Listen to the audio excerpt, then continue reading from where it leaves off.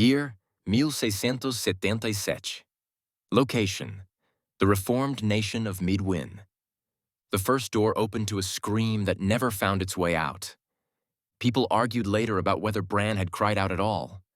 Some swore they heard a strangled sound cut off halfway. Others said the evening was too quiet, that the world simply skipped a breath and never caught it again. His wife only remembered the small things: the creak of his boots on the boards as he crossed the kitchen, the familiar rattle of the cellar latch, the heavy groan of the door as it swung inward, the dull thumps as he started down the steps. Then a gap. Not silence exactly. Silence could be peaceful. This was a hollowed-out moment, a space where a sound should have been and was not. Her hands stopped shelling beans. One dropped and rolled across the table, then another, then a little cascade as the bowl tipped. "Bran?" she called. Her voice sounded thin against the sudden stillness of the house.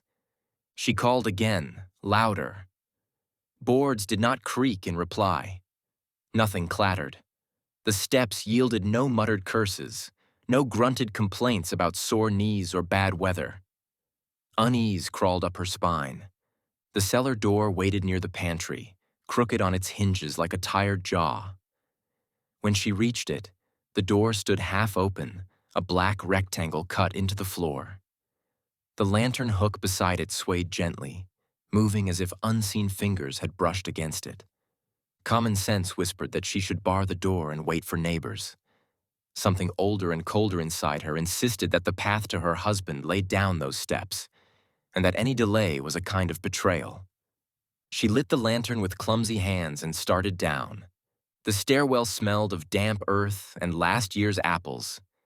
Her lantern chased shadows from the stone steps, pushing a dim circle of light outward until it reached the packed dirt floor. She found emptiness waiting. No sprawled body on the ground, no shattered barrel or broken shelf, not even a scuff on the floorboards at the base of the stairs. Only a mark. It lay a few paces from the last step, impressed into the dirt as if something had leaned there to watch the room. At first she took it for a handprint, but the shape was wrong. The palm was too long, the heel stretched, the fingers slightly curved and far too many. 7 long ridges fanned out where she would have expected 5. A faint smear of gray dust clung to the edges of the impression. It shivered in the lantern light, as if stirred by a breath she could not hear. A wave of chill swept over her. The lantern flame shrank and hissed, fighting to stay alive. The air dampened around that mark, heavy and wet with cold that did not belong to the cellar. The hairs on her arms stood up as though something leaned close, studying her through the lantern glass. She backed away, one step at a time, then turned and fled up the stairs. The door rocked behind her. The hook lantern at the top swayed as she slammed through it, heart pounding like a fist against her ribs. By the time neighbors arrived, Bran might as well have been erased from the world. His coat still hung on its peg. His boots rested by the door. A single thread had been pulled from the pattern of the house, leaving everything else strangely intact. The mark remained, though. Under lanterns and torches, men and women stared at that warped handprint. Some spat and blamed fiends. Others made signs against the lay and muttered about curses. The brave ones stepped around it with careful feet, as if afraid that touching the disturbed earth might invite something up from beneath. By morning, a name had surfaced from Meadwyn's older stories, dragged out of the dust like a discarded charm. The Wayfair spirit. It traveled in whispered tales along the back roads and under the rafters of inns. Children were warned not to fling doors wide after dark or stand in doorways when storms grew strange. Old men at crossroads fires spoke of a creature that moved behind hinges and thresholds, a thing that preferred the places where one world brushed against another. Over the next 2 weeks, the stories began to walk. A boy vanished between smokehouse and yard, last seen opening the smokehouse door to fetch cured pork. A guest at a roadside inn failed to appear at breakfast and could not be found in his room, though his travel bags remained under the bed. A stable hand climbed into a loft to check a creaking hatch and never climbed down. Each site carried the same faint signs: a gray smear on stone or packed dirt, dry as ash. Wood that felt colder around latches and handles. A sense that the air was somehow thinner near the frame. Meadwyn thrived on thresholds. Trade gates, barn doors, the shutters of counting houses, the little shrines at crossroads with their carved doors that opened to polished idols. Now every framed opening felt suspect, every latch a tooth in a waiting mouth. Merchants delayed caravans until daylight clung stubbornly above the horizon. Innkeepers hammered extra charms above their doors and muttered about relocating to places where the walls were lower and the sky wider. Even then, a man still had to sleep somewhere, and sleeping under open sky did not save those who fell asleep near wagons with curtained doors. The fear settled deep. It did not panic and roar. It seeped into habits. At the Grey Hook Way House, where 3 trade roads met, the innkeeper set his armored ledger aside at dusk and watched the door instead. It was raining. A slow, soaking rain that turned the ruts outside to black soup and smeared the lantern light across the common room windows. The fire burned low in the hearth. A dozen travelers sat huddled at the long tables, voices hushed, eyes drawn again and again to the main entrance. "The old stories call it the Wayfair spirit," the innkeeper said at last. His voice scratched through the quiet like sand over stone. "Says it walks behind doors, waiting for the wrong one to open." "That is tavern talk," grunted a man in a Silent Legion cloak. A captain by his bearing, with a scar across his jaw and a hand that had yet to stray far from the hilt of his sword. "We have real threats in this world. Fiends that burn fields, necromancers who pull life out through the lungs. This sounds like frightened folk chasing shadows." "Shadows do not leave marks like that," a woman near the hearth said. "My sister sent word from 3 valleys over. Her smokehouse floor bears a print like stretched fingers. Folk who live off smoked meat are not keen to invent stories that make them fear their own door." "Then something has learned a trick," the captain replied. "Tricks can be countered." Another voice entered the conversation. It came from a man at a corner table, his travel cloak still damp, fingers wrapped around a tankard he had barely touched. Captain Jaron Halveth did not cut an impressive figure at first glance. Broad shoulders, graying beard, the slight stoop of a rider whose back had met too many saddles. Yet people in Meadwyn knew the name. Jaron had escorted caravans through lay-sick zones, hunted bandits who vanished into the wilds, and walked away from places where most left bones that never found graves. "I have seen a door open onto the wrong place," Jaron said quietly. The room leaned toward his words. "Not here," he went on. "Near the Neurovian border.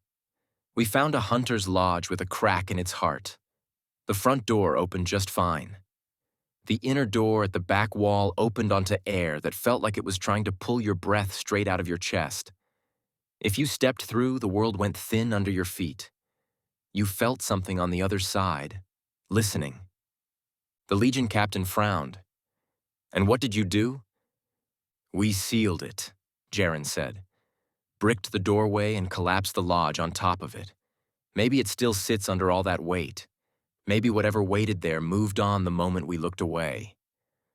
The world is not made to comfort us. It keeps its own patterns and hungers." "What kind of hunger is this?" the innkeeper asked. Fear cracked through his voice. "Doors swallow people. Houses do not even stir. We find no blood, no struggle, just absence." Jaron watched the fire. The orange light carved hollows under his eyes. "A hunger for the spark," he answered. "Body stays behind when the spark is taken. To something that feeds on that, bones and flesh are just wrappers." Sister Colleen, seated beside him, nodded once. Lusitanian robes marked her as a battle cleric, though the lines on her face told of more than battlefield prayers. She had seen men die in the quiet of temple halls and the chaos of siege walls, and found the same emptiness behind the eyes when the inner light left. "This is not a wandering spirit afraid to pass on," she said. "Whatever stalks these thresholds feeds on soul. Prayer can shield, but only to a point. Old texts speak of entities that do not care whether a soul belongs to mortal, beast, or fiend. To them, it is all fuel." "Then you should banish it," someone near the back muttered. "What is a cleric kept in Meadwyn for, if not to deal with such things?" Colleen's jaw tightened. She looked from face to face, reading the pleading behind the bravado. "There are spirits that flee at holy words and carved wards," she said. "This does not smell like one of those. Some beings came from before our rites were written. Some were born from the fractures left when the severing broke what should have stayed whole. The Wayfair spirit, if that is truly what this is, lives in the seams between places. It has grown very strong in its chosen pattern." "Can it be ended?" the innkeeper pressed. "Is there a way to cut it out?" Colleen hesitated. "It might be driven back," she said at last. "Trapped, bound, perhaps not ended. There are stories about towers and circles raised in earlier ages, made to hold things that could not be undone. Stories mention someone who walked between such prisons. A warden of sorts." Her eyes flicked toward Jaren. He gave the slightest shake of his head.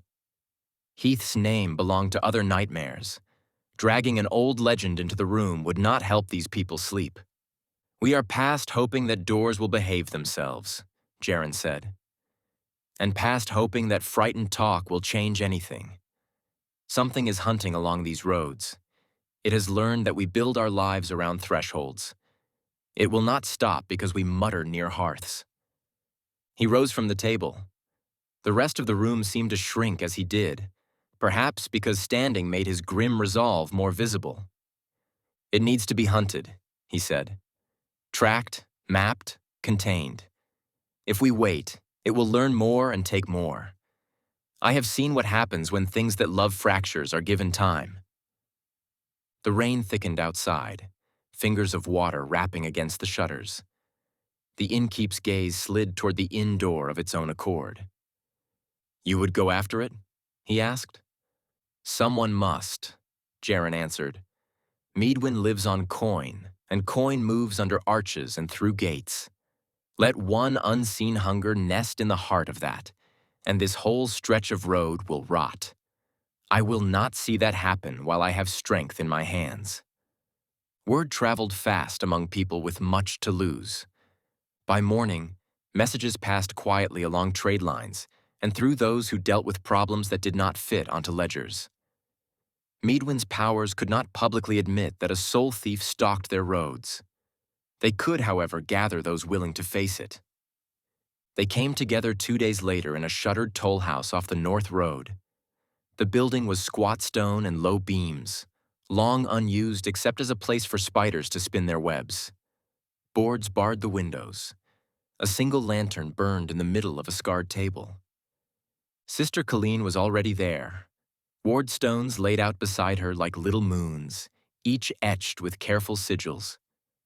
Her eyes were rimmed with tiredness and stubborn resolve. Rurik's stone hand sat across from her, thick dwarf fingers drumming on the table. His beard was braided short and practical. Golden rings worked into the plaits. Stone dust lingered in the creases of his hands. A heavy hammer leaned against his chair. "Walls are meant to keep things where they belong," he grumbled as Jaren entered. "Folk cut holes in them and call it progress. Then they are surprised when something clever finds its way through. I do not like clever holes." "Tolerate them a little longer," Jaren said. "We need someone who understands how to close them." Rurik sniffed but did not argue.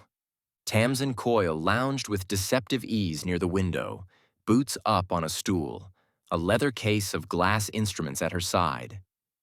Dark hair, ink-stained fingers, eyes bright with a lean curiosity that had not yet been broken by the sort of things Colleen feared. "I have mapped ley lines that scream," she said when Jaren greeted her. "I have charted spots where compasses spin and shadows fall wrong. Whatever is happening along these roads is bending the flow of soul and ley together. Tracing that pattern might show us where its heart beats, if we live long enough to get there." Feller Dre kept to the margins, one shoulder pressed to the wall, ears flicking at every creak. Beastkin by birth, he carried himself the way wild things did when forced indoors. Coiled, ready to move, distrusting every shadow. "Everything about this stinks," he muttered. "Birds drop from the rafters of barns that stand inside this pattern. Dogs refuse to cross certain thresholds and die in their yards with their eyes wide open. Whatever feeds out there does not care if the soul once wore boots or feathers." Orlin Vask arrived wet and composed, Nerovian coat dripping on the toll house floor. He carried a case of thin rods etched with small shifting symbols, each segment sliding along the surface like letters trying to escape. "I went through some of your temple archives on the way," he said, setting the case on the table. "Found references to something that moves through doors. One text calls it the door hunger, another the way between hands. Ink is scraped out in half the passages, burned clean in others. That sort of editing usually means someone thought ignorance would be safer than knowledge and failed at both." Rurik eyed him with dislike. "You sound pleased." "I sound interested," Orlin corrected softly. "This world hides its teeth. I would prefer to know where they bite." Last came Ivo Maris, who insisted everyone call him Latch. He slipped through the toll house door with the unconscious grace of someone who had grown up on the wrong side of locks. Slim, quick-eyed, a scatter of tools at his belt, he looked horribly young beside the others. "Heard you needed somebody who knows doors from the inside out," he said, dropping into the final empty chair. "Grew up in Meadwyn's alleys. I have opened rich men's safes and temple-side doors. Thought it might be time to get paid for opening one that actually deserves it." "There is pay," Jaren said, "and risk that will not care about your age or your skill." Latch flashed a thin smile. "Risk has never cared in the alleys either, Captain. At least this way the story might be interesting. 7 figures around a single lantern. A captain scarred by too many strange roads. A cleric whose faith had seen battlefields and survived. A dwarf breaker. A beastkin tracker, a lay cartographer, a Nerovian arcanist, a gutter-born thief." Jaren spread a map across the table, the parchment creasing under his hands. Red marks indicated the farm, the inn, the smokehouse, the stable where people had vanished. "These happened within days of each other," he said. "Spread like a net, same faint stains, same cold around the doors." Tamsin set slender crystal needles on each mark. The crystals shivered against the parchment, humming in a low chord that set teeth on edge. Their vibration leaned toward a point between the marks, over a faded ink symbol that once had marked an outpost. "Something draws there," Tamsin murmured. "The ley looks thinned at that point, like a river draining into a sinkhole. Every door in this circle is hanging a little loose in its frame." "What stands there?" Colleen asked. "Old watchtower," Jaren said. "Stone relic from earlier conflicts. Used for road levees and signal fires. Long abandoned once trade shifted and new routes took coin elsewhere. Last I heard, it was boarded up and left to rot." "Hollow places invite occupation," Orlin said, almost to himself. "Things that thrive on the edges love forgotten stone." Rurik grunted. "Stone just sits. People forget it. That is the invitation." "We start at one of the edges," Jaren said. "We cannot walk blind into the heart without understanding what we face. The gray hook is closest, and I have already seen the fear there. We test a door there, with wards ready, and watch what moves. You want to stand in front of this thing and ask it to visit? Feller's ears flattened. That is less a plan and more a dare. Sometimes a dare is the only net we have, Jaren replied. Better to meet its reach on our terms than wait for it to decide where to pluck us from. The gray hook felt smaller when they returned that evening, as if the air itself had shrunk. Talismans hung above the main entrance. Twisted iron, bits of bone, scraps of Lusitanian scripture. Smoke from burned herbs clung to the rafters. The innkeeper met their eyes wide and bright with hope and dread. You brought help, he said. We brought people willing to stand in front of a door, Jaren answered. That will have to do. They went first to the cellar where Bran had vanished. The gray smear on the floor had thinned under sweeping and trampling boots, but Tamsin's crystals trembled violently when she held them above that spot. Colleen whispered a short protective chant under her breath as a wave of chill passed through the room. Something pressed here again and again, Tamsin said. Invisible hands laid over each other. The residue sits in the air, not just the floor.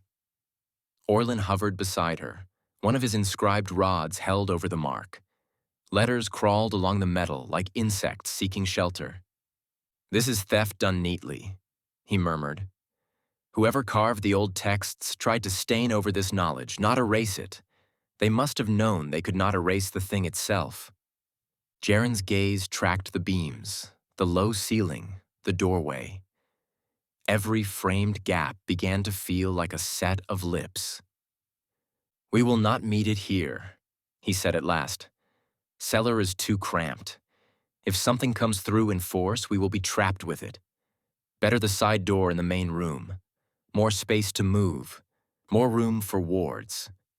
They chose the narrow door that opened from the common room into the yard, where barrels and wheels lay stacked. Rurik studied the frame with the solemnity another man might reserve for a grave. He traced along the stone with calloused fingers, muttering in his own tongue, then chalked short dwarven runes at hinge and latch.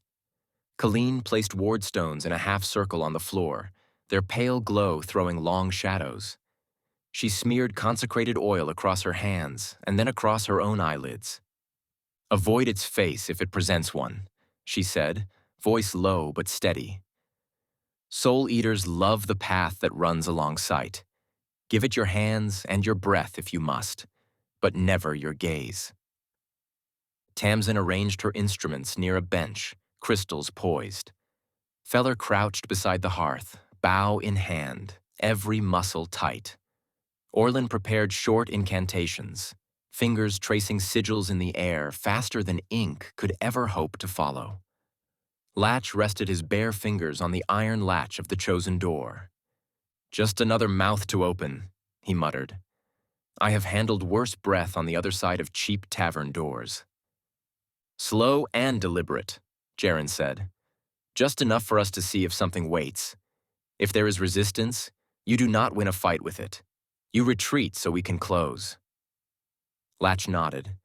The bravado in his eyes dimmed beneath a more careful focus. He eased the latch upward. The small clink sounded far louder than it should have. Wood whispered on wood as the door began to swing inward. A thin line of darkness appeared at the edge, followed by a breath of air that did not belong in the room. Damp, but not with rain. Cold, but not the clean cold of winter. The yard beyond lay in ordinary gloom. Barrels, a sagging fence, the ragged outline of a tree. Yet the air in the room changed. Tamsin's crystals started to hum, deep and discordant. Colleen's wardstones flared, their light ragged around the edges as though something pressed against them from beyond. Further, Jaren said through clenched teeth. Latch pushed the door wider until it reached halfway. The timber around the latch began to warp. At first, it looked like a trick of the light. The grains seemed to twist, curling toward the open air in slow spirals. Then the pattern sharpened into something that looked unsettlingly like fingers. The wood itself appeared to lean, eager, as if the frame were stretching to touch the room. Feller hissed and took a step backward. The fur along his neck stood up. "It is looking in," he whispered. "Feels like the edge of a long drop." The cold deepened. Breath steamed. A thudding ache spread behind Jaren's eyes and down into his chest, as though someone had hooked a hand around his heart and tested the weight. For the briefest instant, he saw it. Not straight on, just in the reflection caught in a slick of rainwater in the yard. A shape stood where nothing should have stood. Limbs upon limbs, arms branching into more arms, each ending in hands that cupped small, dim lights. Those lights flickered like trapped candle flames in a breeze that would never stop. The place where its face should have been was deeper gray, like the idea of a pit rather than a feature. Depth pulled at the eye. Jaren forced his gaze away, snapping it back to the wood. Colleen's wardstones blazed white. The reflection fractured, ripples tearing across it until it showed only dark yard again. The door tried to resist when latch pulled, but the resistance felt odd, as if the space inside the frame had thickened. His shoulders trembled. Rurik stepped in. Broad hand braced against the wood, and together they shoved the door shut. The latch dropped into place with a flat final click. Sound rushed back, all at once. Breath. The faint crackle from the hearth. Rain rattling on the roof. Jaren had not realized those noises had faded until they returned. For several heartbeats, nobody spoke. Tamsin swallowed. "That was just the edge," she said quietly. "Not even the main body, like dipping a finger in a river to test its current." "It tasted us," Colleen replied. Sweat beaded at her temples despite the chill. "It will remember. There is intent in that hunger. It chose not to push through." Orland's fingers shook as he packed his rods away. "It is anchored nearer the watchtower," he said. "That felt like an outstretched hand, not the body itself. The tower sits at the center of the circle my readings show. That must be where its grasp enters this region." Rurik glared at the door, then at the stone around it. "Thresholds should stay honest," he said. "I can shore these up for a while, but I will not pretend this building will hold if that thing truly wants inside." Jaren looked around the common room. Every door had become a threat. Even shutters and trap doors felt like thin skins over hungry eyes. "If we stand still, we are meat hung in a cold room," he said. "It will keep taking pieces of us until nothing is left. Waiting is a choice that ends in the same place as surrender." "You mean to move on the tower now?" Feller asked. "The longer we delay, the deeper its roots dig," Jaren replied. "This is its hunting ground. That tower is the den. If we cannot cut its heart out, perhaps we can cage it there."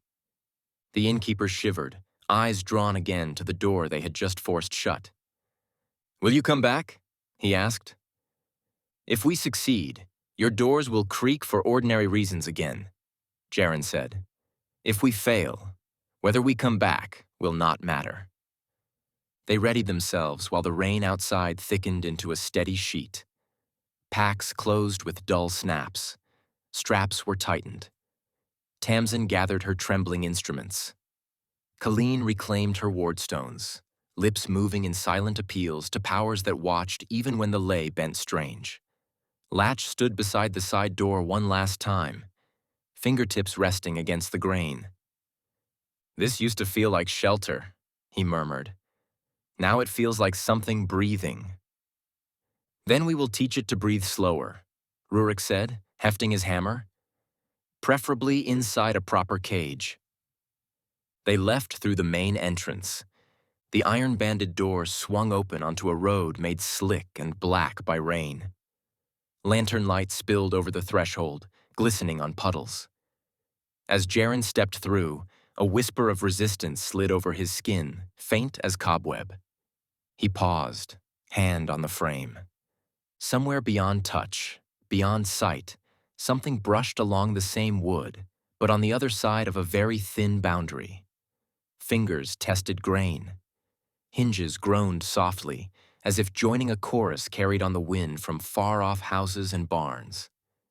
He stepped away, and the feeling faded. The innkeeper pushed the door closed behind them and dropped the bar with shaking hands. The light within the gray hook shrank to a dim glow behind clouded window glass. 7 figures set out along the road toward the abandoned watchtower that waited somewhere ahead in the dark, its own swollen door dreaming in the rain. Out across Meadwyn, in farmhouses and sheds and wayhouses and shrines, hinges creaked without being touched. Latches shivered. Wood settled with small, echoing sighs. All the doors were listening. Rain followed them all the way to the tower. It came in sheets that blurred the world and turned the road into a dark river of mud. The fields on either side lay drowned and empty. Houses along the way had their shutters barred and their doors banded with extra iron, charms hanging limp and wet above them. The few lanterns that burned cast small, sickly pools of light that did nothing to comfort. Jaren led, cloak soaked through, eyes fixed on the hazy line of trees that marked the old border road. His thoughts kept circling the same point. They were walking toward a place where doors had grown wrong. Every step felt like a choice he might already regret. Behind him, the others trudged in a narrow line. Feller padded near the front, hood low, ears flattened to keep out the rain. Every so often he would flinch, as if some distant hinge had creaked in his skull. "Feels like being watched from behind my teeth," he muttered once. "Whatever we touched at the hook, it marked us. I can taste metal when I swallow." Tamsin kept to the middle, Pack cradling her instruments. The crystals inside chimed faintly at odd moments, reacting to currents only they could feel. Her lips moved around calculations as if numbers might shield her. Rurik and Orlen shared the rear. The dwarf walked with a grinder's patience, yet his eyes were not on the road. They flicked from house to barn to cart, measuring thresholds automatically. Orlen hunched against the rein, clutching his case of rods as though he carried someone else's heart and was not sure it would keep beating. Latch moved among them, sometimes near Jaren, sometimes lingering at the edges of the group as doors loomed beside the road. He kept glancing at latches and hinges as if expecting them to twitch on their own. Sister Colleen walked in the center like a spine. She held a wardstone in each hand, fingers curled around their faint warmth. Her mouth shaped short, steady prayers that never rose above the rain but thickened the air around the group. By the time they left the last scattered farmstead behind, daylight had ebbed to a dull smear behind the clouds. The land ahead rose in a gentle swell, and on that pale ridge the silhouette of the watchtower finally appeared. It was not tall. 2 stories only, squat and broad-shouldered, built when crossroads needed teeth more than eyes. Its stone had darkened with age and weather. Ivy crawled up its sides where the mortar had cracked. Old levee chains still hung from rusted hooks near the base, clinking softly whenever the wind came in from the north. A low wall ringed the tower yard. Once, it might have kept wagons organized and traders honest. Now half of it had fallen inward, reduced to a tumble of stone. Grass had grown wild in the gaps. What drew the eye was not the decay. The door did that. It sat in the center of the tower's front face, a slab of old oak banded with iron. The wood had swelled in the rain, edges bulging against the stone frame as though the door had grown too large for its own opening. Dark streaks ran from the hinges, not rust, not sap. Something else. Tamsin's crystals began to hum before anyone set foot inside the yard. She pulled one from its padded case, and it shivered in her hand, pointing its narrow tip straight at that door. "Heart of it," she said. Her voice came out thin. "Everything bends in toward that frame. The lay folds there like fabric pulled through a ring. Shallow enough that my teeth ache." Jaren studied the door. Even at a distance, his skin crawled. The air around it seemed thicker, as if the rain had to work harder to fall across that space. Droplets slowed near the wood, stretching into thin streaks before breaking apart. "Anyone else feel shorter?" Latch whispered. Rurik grunted. "The stone does not like this. Listen." They did. Beneath the patter of rain and the distant rumble of thunder, a slower creak sounded, like a long, strained breath drawn through wood that had forgotten how. Colleen stepped forward until she reached the edge of the yard.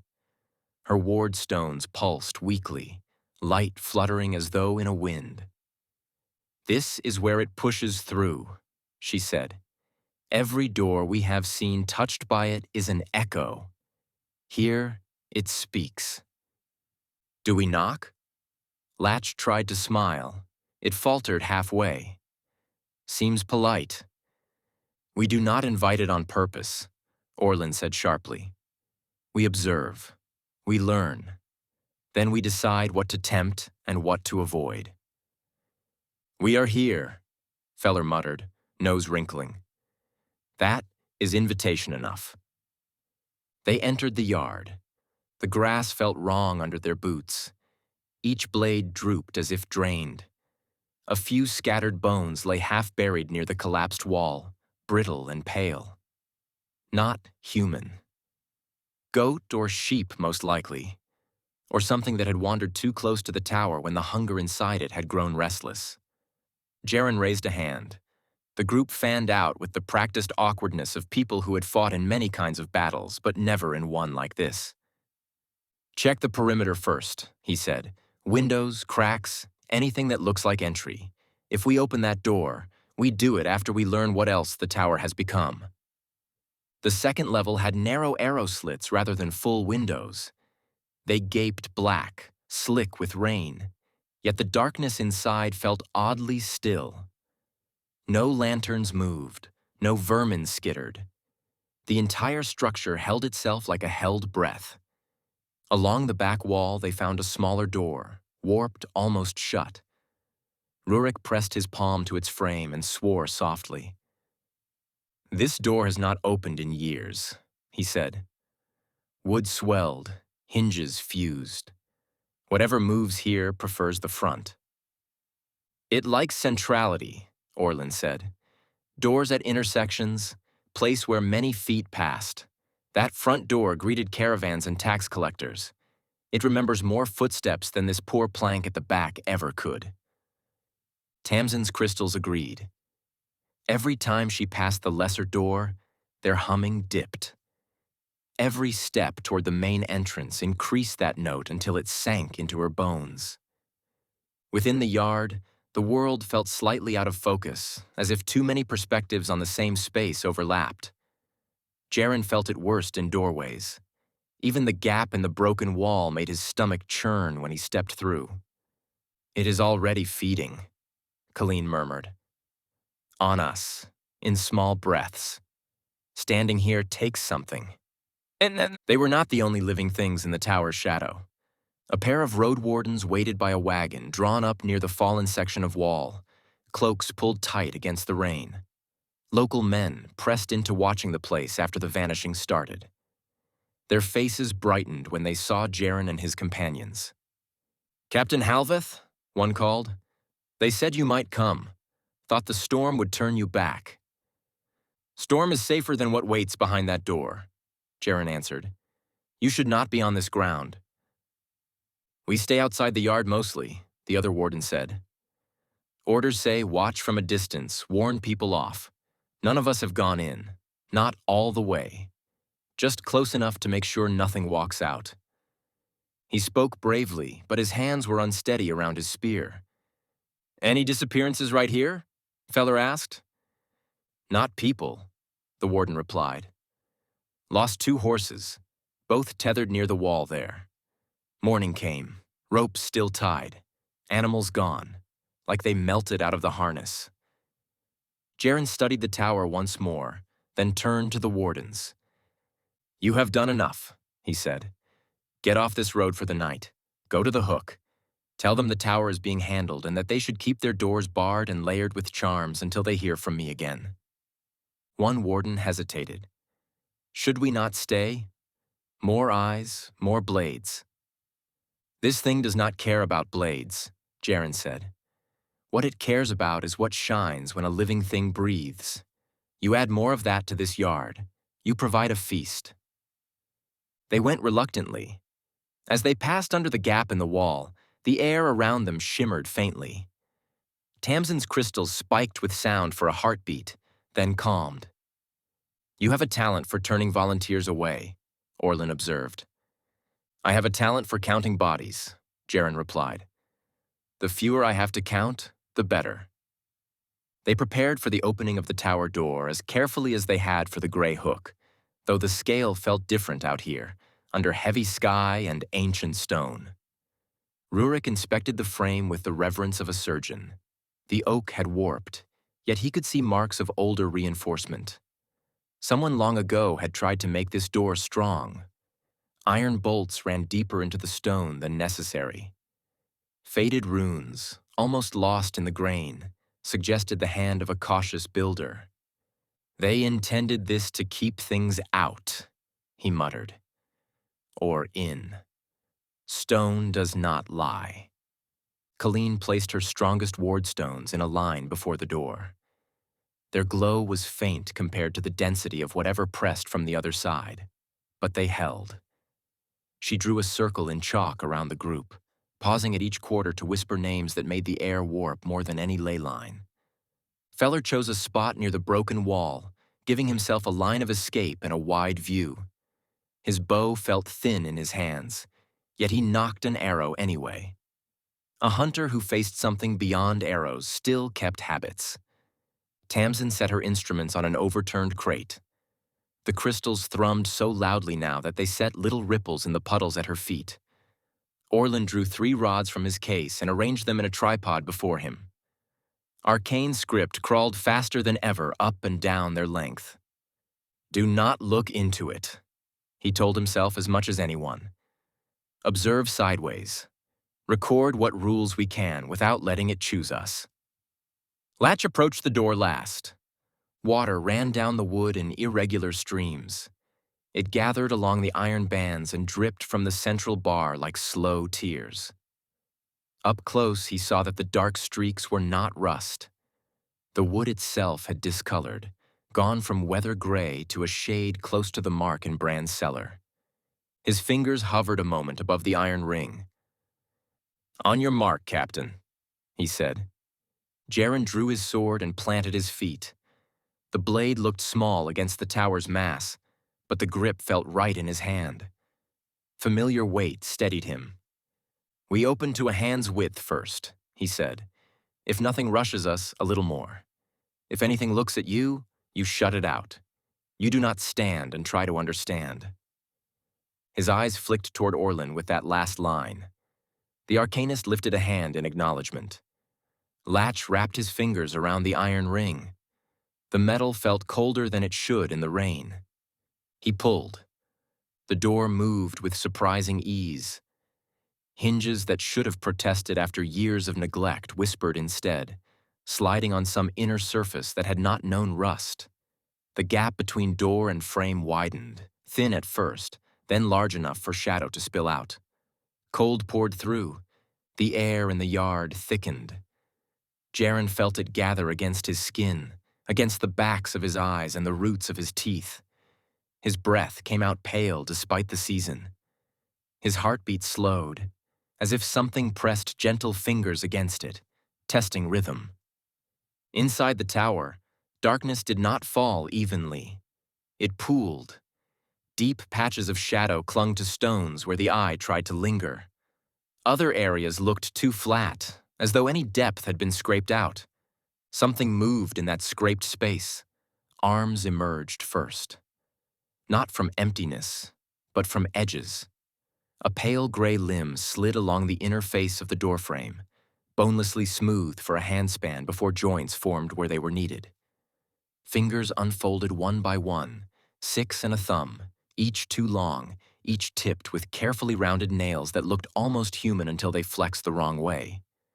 Another arm followed beside it, then another, stretching from the threshold stone, palm flattening against wood. More rose from the darkness behind, layering over each other until the entire inside edge of the doorway seemed alive with hands. They did not flail. They explored.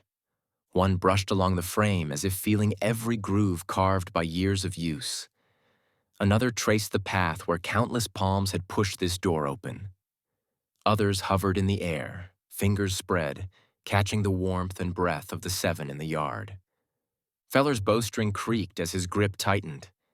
He could not bring himself to loose. Where would the arrow even land? Colleen's wardstones burned bright enough to cast stark shadows. The nearest hand recoiled from that light, skin puckering. Several hands reached toward the glow anyway, greedy, drawn more by what the stones guarded than by the stones themselves. Then they stilled. The darkness behind those overlapping limbs shifted, concentrating.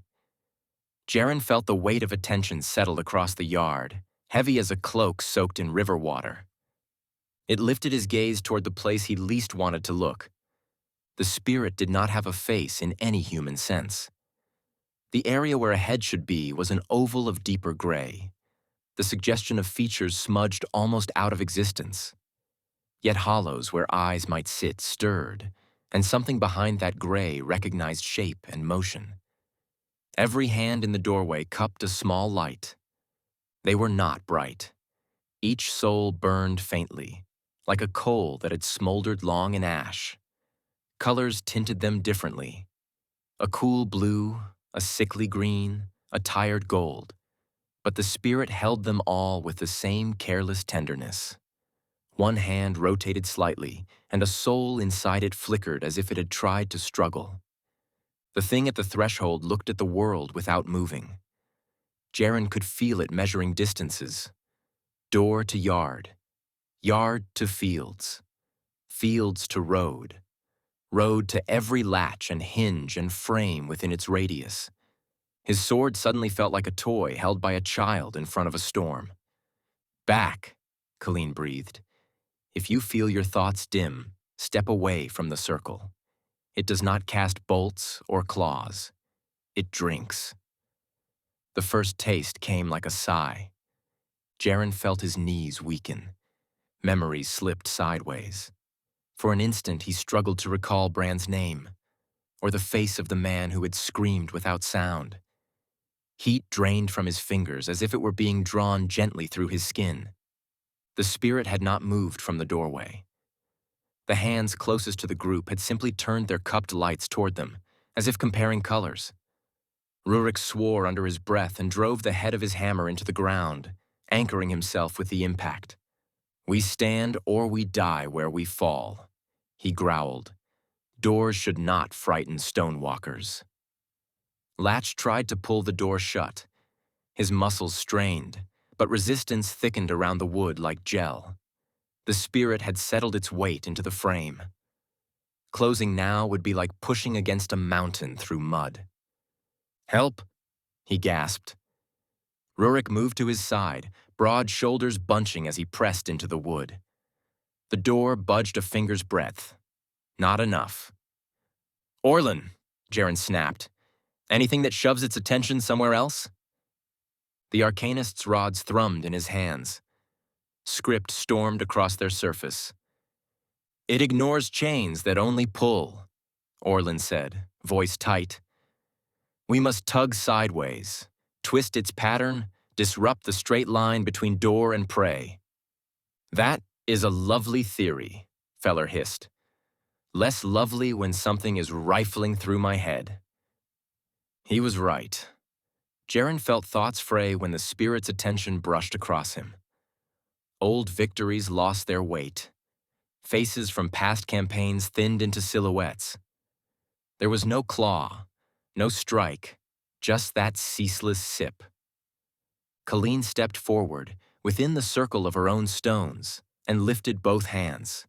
Her voice cut through the damp air, clear and hard, calling on powers that did not care about towers or taxes or trade, but respected the line between living and unbound. Light flared around her, not bright in the common sense, but clean. For a heartbeat, the gray at the tower's threshold recoiled, rippling like shadow disturbed by a thrown stone. The hands nearest to her circle trembled. The small souls within them brightened, as if some breath had reached them across the gap. The spirit hated that. Its focus narrowed. Jaren felt it like a weight shifting.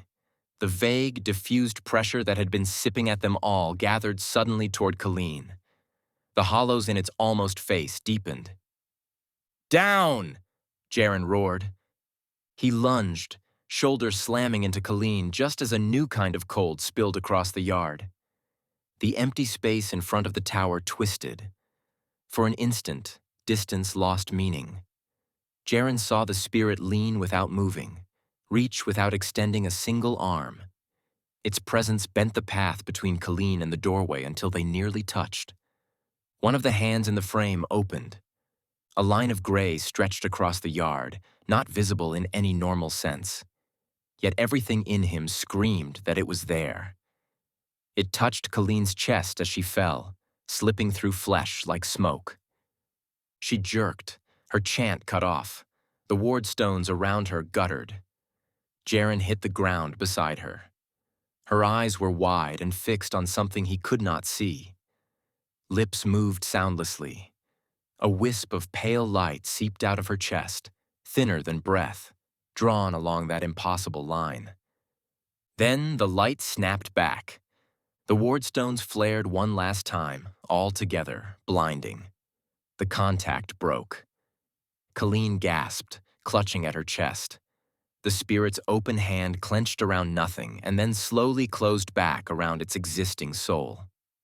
"It tried to take her in one pull," Orlin whispered, shaken. She pushed back. "That will not make it kinder." "Everyone fall back," Jaren ordered. "Rurik, Latch, can you get that door moving?" "We can try," Rurik grunted. "Feels like wrestling fog with bones in it." Tamsin's crystals screamed. Not in any audible way at first. They vibrated so violently that their humming tore at the edges of hearing. A few shattered outright fine hairline fractures racing across their surfaces before they broke into glittering dust. "The radius is tightening," Tamsin cried out. "It is pulling its reach back through this door, drawing it all inward. That kind of focus means one thing." "What?" Feller demanded. "It is about to choose," she said. The spirit chose a simpler target. Movement at the broken wall caught Jaren's eye. One of the wardens he had sent away stood there, just inside the yard, expression blank with apology and fear. He must have stopped on the road after they left, curiosity or duty dragging him back. "Captain," the man called, "I thought maybe—" His voice cut off. The spirit turned. Jaren felt that attention swing like a blade. For a heartbeat, everything else faded. The tower, the rain, the taste of iron in his mouth. The gaze that had hovered around the circle of seven fixed fully on this one man, alone at the edge. The warden took a step forward, then another, hand reaching toward the tower as if compelled. Jaren shouted. His throat tore with it. The rain drowned some of the sound. The spirit did not care either way.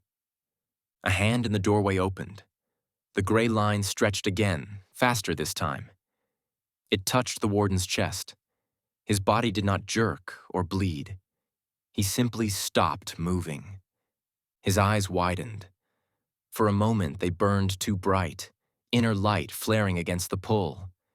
That light slid forward, drawn from his core like thread dragged from cloth. The spirit's hand closed around it gently. The warden's body collapsed like an empty garment. Limbs struck mud. Armor clattered. His face, still turned toward the tower, held a strangely peaceful expression. The soul in the spirit's new hand flickered wildly, then dimmed as it settled among the others. Latch swore, a thin, strangled sound. Feller gagged as if he had watched someone strangle a pup. Colleen pressed her palm to her chest and shivered, feeling the echo of that pull. "It prefers the easy ones," Orlen said hoarsely. "Given a choice between a shielded cleric and a man standing unguarded, it drinks where the vessel is weak." "That was my fault," Jaren said. The words scraped. "Should have sent him farther. Should have kept someone on the road to drag him away if he wavered." Guilt had weight. The spirit tasted that too. Jaren felt its attention brush him again and forced his jaw tight. "Door!" he snapped. "Everyone push!" Rurik roared and heaved. Latch threw his whole weight into the iron ring. The door resisted for a moment longer, then shifted. Hinges groaned. The frame shuddered as the spirit's hands scrabbled against the wood from inside. Colleen pressed her wardstones to the threshold, whispering a brief and brutal binding. The chalk circle brightened. For a moment, gray fingers that slid into the gap met light instead of air and recoiled like burned flesh. "Now!" she cried. Rurik and Latch shoved. Feller joined them without thinking, shoulder hunching against swollen oak. Tamsin pushed with both hands, smaller frame trembling with the effort. The door slammed shut. The impact sent a shudder through the tower. Stones settled. Mortar cracked. The sound echoed out across the empty fields and along the road like a dull, tired drumbeat. The spirit did not roar. The moment after the door closed felt worse than any sound. The hunger behind the wood did not retreat. It pressed against everything instead, testing the seals, learning textures. One by one, the hands withdrew from the frame. Jaren could almost feel each finger slide away, reluctant but calculating. The pull across the yard eased but did not vanish. "That will not hold for long," Colleen said. Her voice shook. "It is not beaten, only momentarily denied." "That is enough for now," Jaren answered. He stared at the warden's body by the broken wall. Rain had already begun to wash mud over the man's boots. "We needed to see what it does. We have seen." Tamsin bent to gather what remained of her shattered crystals. Her hands shook so badly she spilled half of them.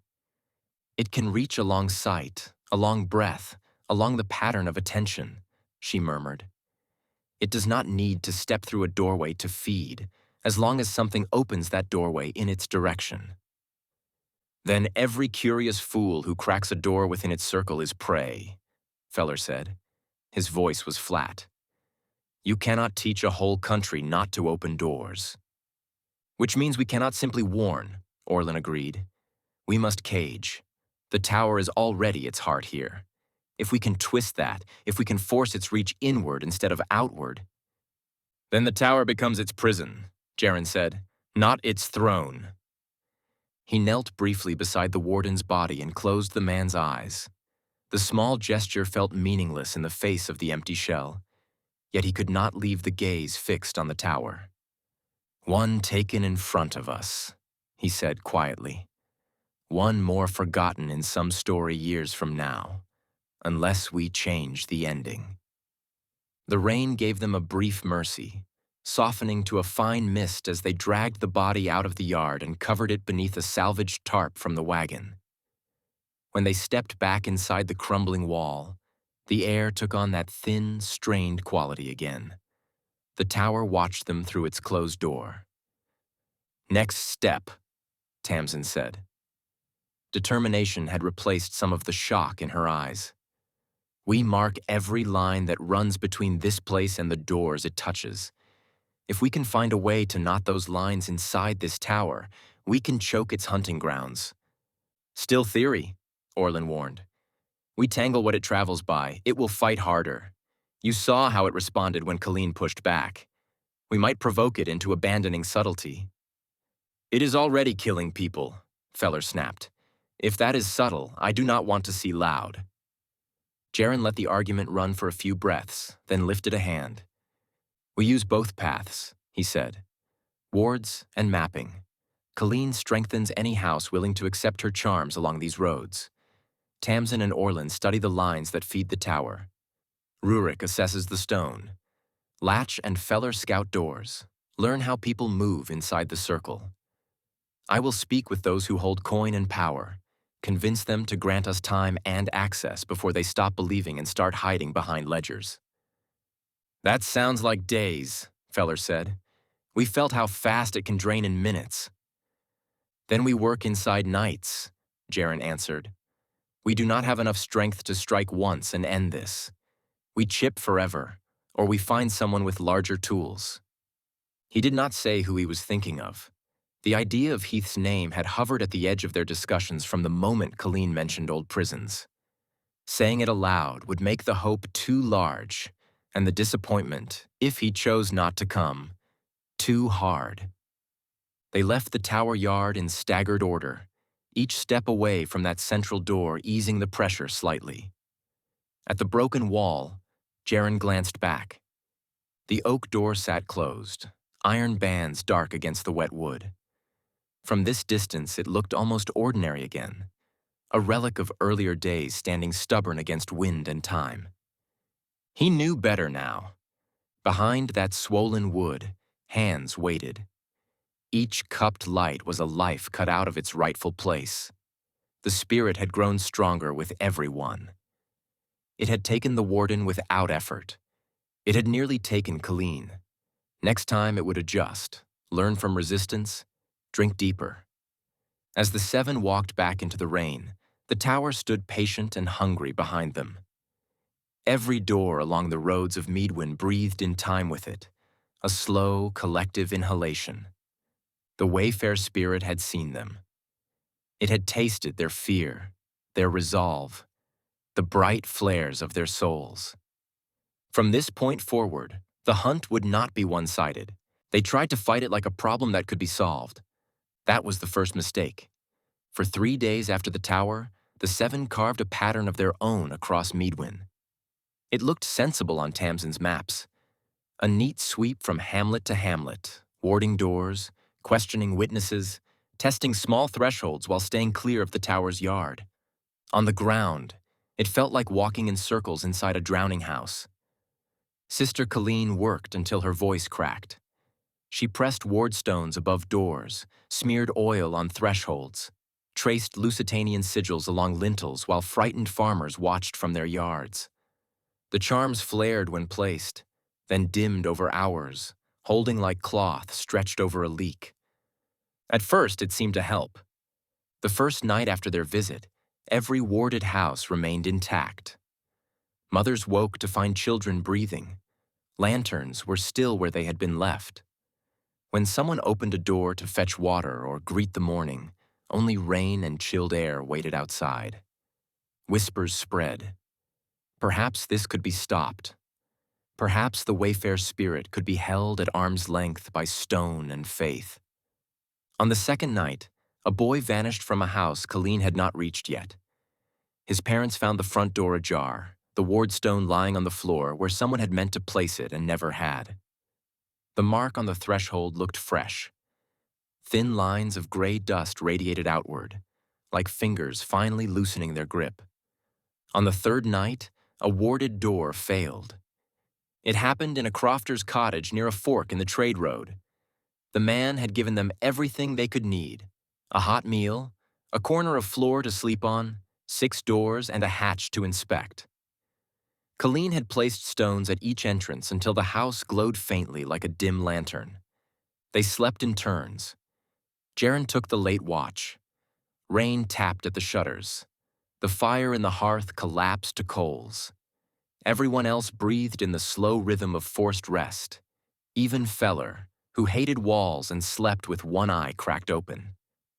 Jaren sat with his back to the main door, sword across his knees. His gaze moved from latch to latch, following a circuit he had already walked 10 times. He saw the wardstone over the front door first. Its light thinned, then shivered, then flared so hard his eyes watered. He blinked and felt the room tilt. For a moment, he thought the house had moved. Then he realized the frame was bending inward, ever so slightly, as if the space inside the doorway had begun to pull. He was on his feet before the stone's light broke. Colleen moved almost as fast, jerking awake with her hand already raised. "What is it?" Latch mumbled, pushing himself up on his elbows. "The front," Jaren snapped. The wardstone cracked down its center. Hairline fractures spidered across it. The light inside guttered. Gray seeped along the edges of the doorframe, a thin sheen that caught nothing of the firelight, but seemed to drink in every breath in the room. Colleen lunged forward, slamming her palm against the wood. A short prayer tore out of her throat, rough with exhaustion. Light burst from her hand, spreading in a thin sheet across the door. For an instant, the pressure eased. Then something pushed back. Jaren felt it as a weight on his lungs. Air thickened.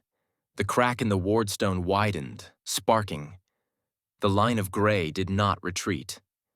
It crawled inward beneath the light, slow and patient. "Out!" Colleen gasped. "Everyone out! Back door now!" They scrambled. Rurik scooped his hammer with one hand and Tamsin's mapping case with the other. Orlin clutched his rods. Feller sprang toward the kitchen door. Latch moved the wrong way. He went for a small side hatch near the pantry, an instinct born from years of avoiding crowded exits when trouble hit. His hand closed on the simple wooden latch.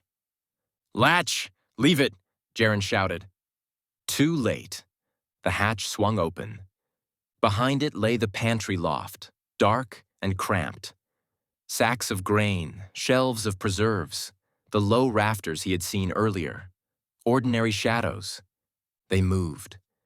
Hands slid down from the rafters, fingers first, creeping along beams and jars. The arms attached to them were too long for the cramped space, yet they folded around the edges without strain, draping like wet rope. Latch froze. The nearest hand turned toward him. A small spark burned in its palm, trapped behind gray skin.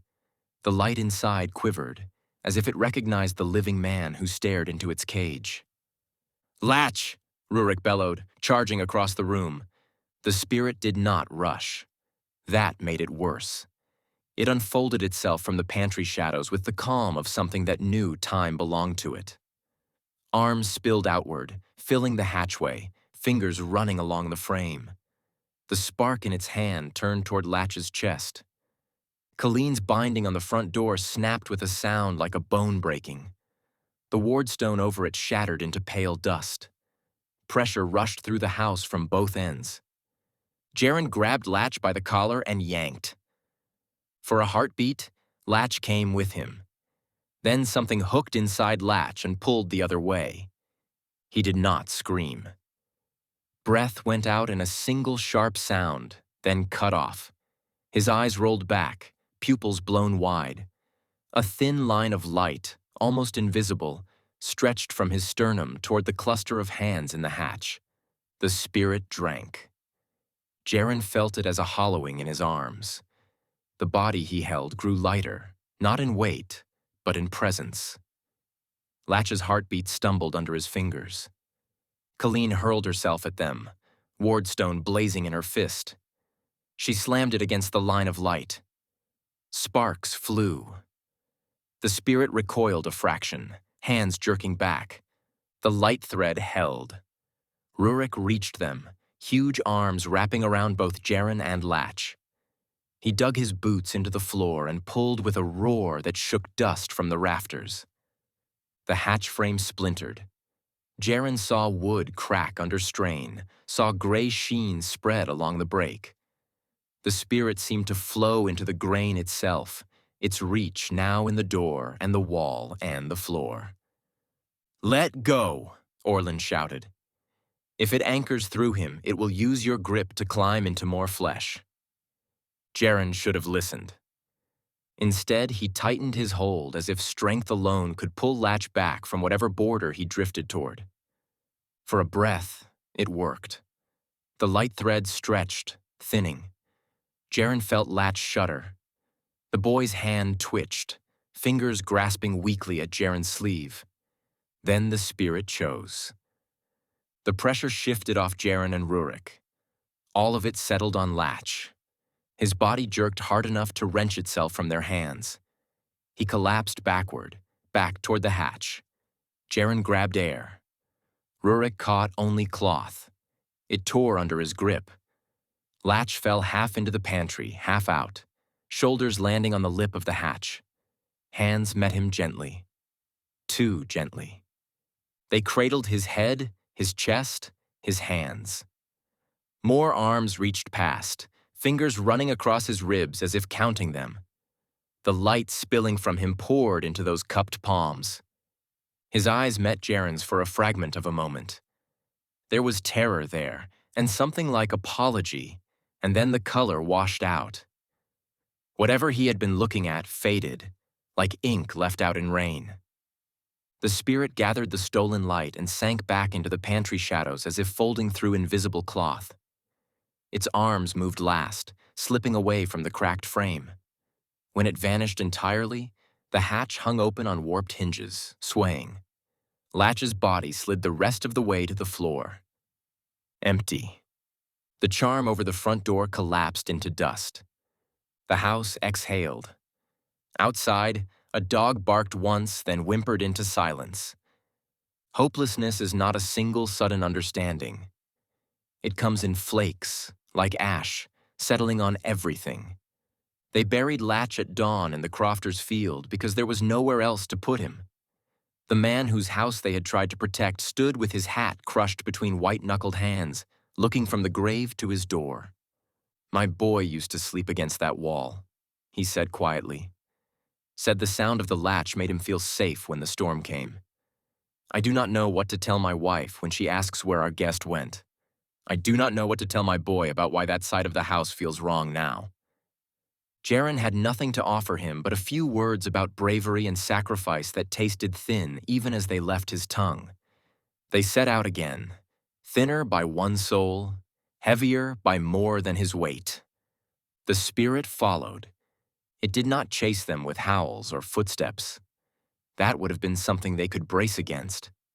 Instead, doors they passed began to twitch in their frames. On the fourth day, a hen house they skirted on the road fell suddenly quiet. The farmer's son who went to check found all the birds standing still on their perches, eyes glazed, bodies upright but devoid of whatever made them startle at foxes. On the fifth, a way shrine door they had warded split down its center. The idol inside had tipped over, face ground away as if a hand had pressed it into the stone and dragged it. On the sixth, a minor clerk from Meadwyn's trade hall put his head through an office door to offer a message and toppled into the room like a dropped sack. His colleague lifted his head and found a man whose heart still beat, whose chest still rose, but whose gaze reflected nothing at all. Something had taken the spark without even courtesy enough to take the shell. The stories reached Jaren faster now. People who had once greeted him with respect began to bar their doors at his approach. A captain who brought trouble that settled in door frames was not a blessing in a land shaped by trade. "We are hurting more people than we are helping," Tamsin said one night. They sat beneath an open sky, miles from the nearest house, fire burning low between them. They had started sleeping outdoors on bare earth whenever they could, between trees, in the shelter of small folds in the land, anywhere that did not have a frame. Jaren stared into the coals until they blurred. If we walk away, it keeps feeding. Only we will not be there to see it. It is feeding because we are stirring the water, she said. Every door we ward, every house we ask about dreams and vanished kin, everything we do draws attention. It is like throwing stones into a still pool when something waits just under the surface. So we throw nothing and let more boys vanish from smokehouses, Feller muttered from the edge of the firelight. That is a different kind of surrender. Rurik watched the stars, jaw clenched. I have spent a lifetime trusting stone, he said. I know what it can bear before it cracks. This thing has found a way to make walls into its own skin. Ground that should be solid has become its throat. We patch, it grows. Colleen rubbed her thumb over one of her last intact wardstones. Faith is a bridge, she said softly. You walk across and hope it holds. Some bridges have been eroded under us for longer than we knew. Orlin, who had remained quiet, finally spoke. When knowledge fails, ignorance does not save us, he said. The records I find are all scorched at the same places. Somebody faced something like this long ago and decided people were better off not knowing. They burned pages instead of learning how to bind what walked between doors. That choice is one of the reasons we are starving in the same dark now. So what do we do? Tamsin asked. What does knowing this help if every step we take gives it more doors to lean behind? We are past ordinary answers, Orlin replied. Temple wards, dwarven stone, clever maps, all have chipped at it and taught it our tricks.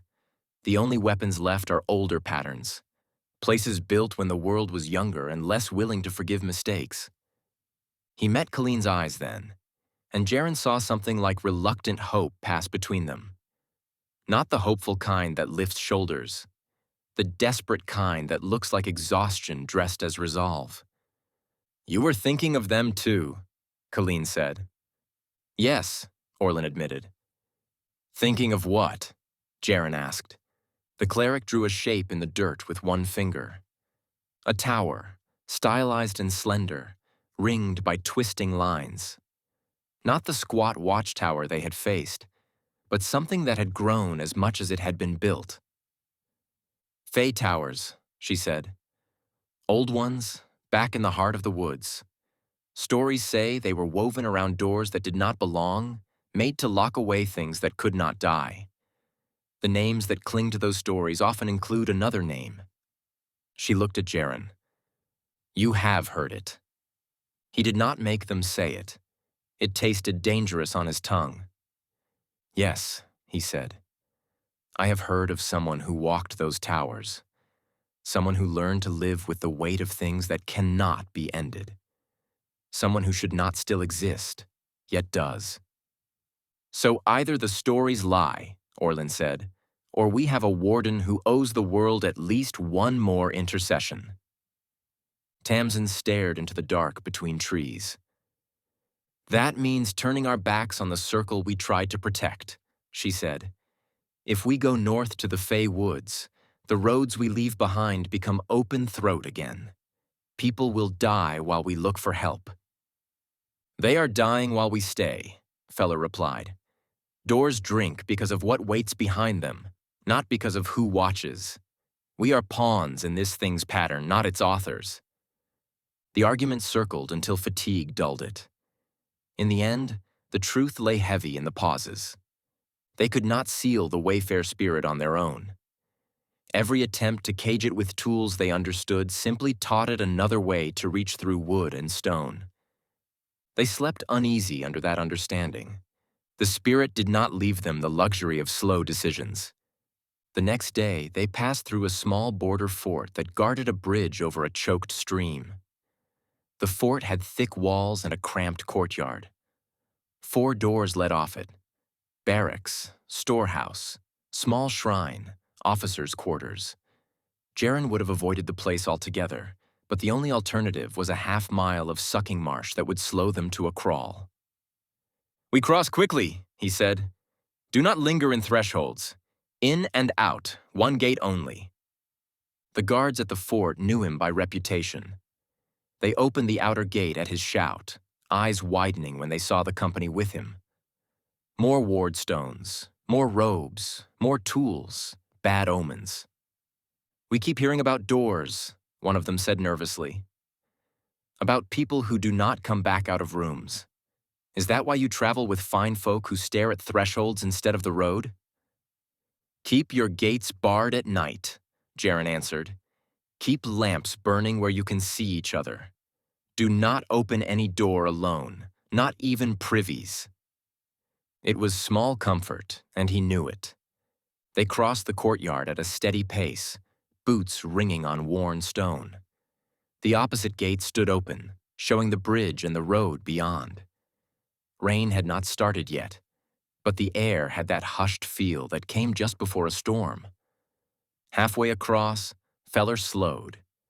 His ears twitched. His gaze tracked from barracks door to storehouse door to shrine. Each entrance stood closed, latches down, hinges quiet. Even so, he shifted sideways, putting his back to Rurik's. "What is it?"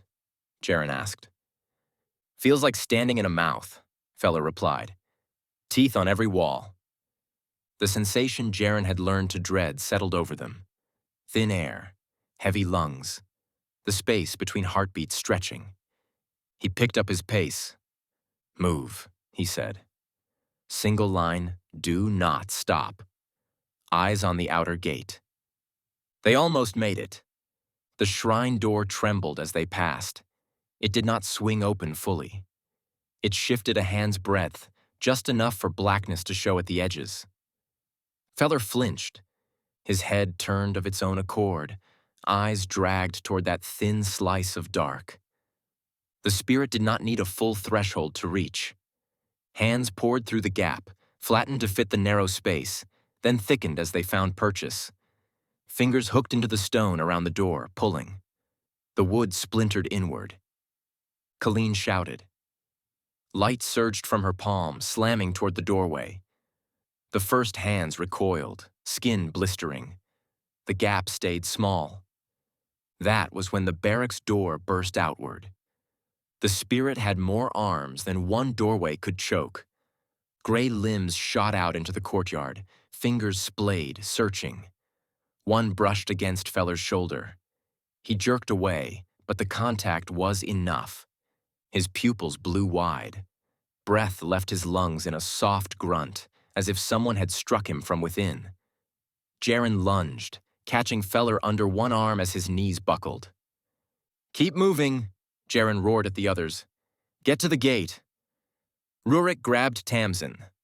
Orland stumbled, caught himself, then shoved forward. Colleen pivoted between doorway and fallen tracker. Wardstone held high.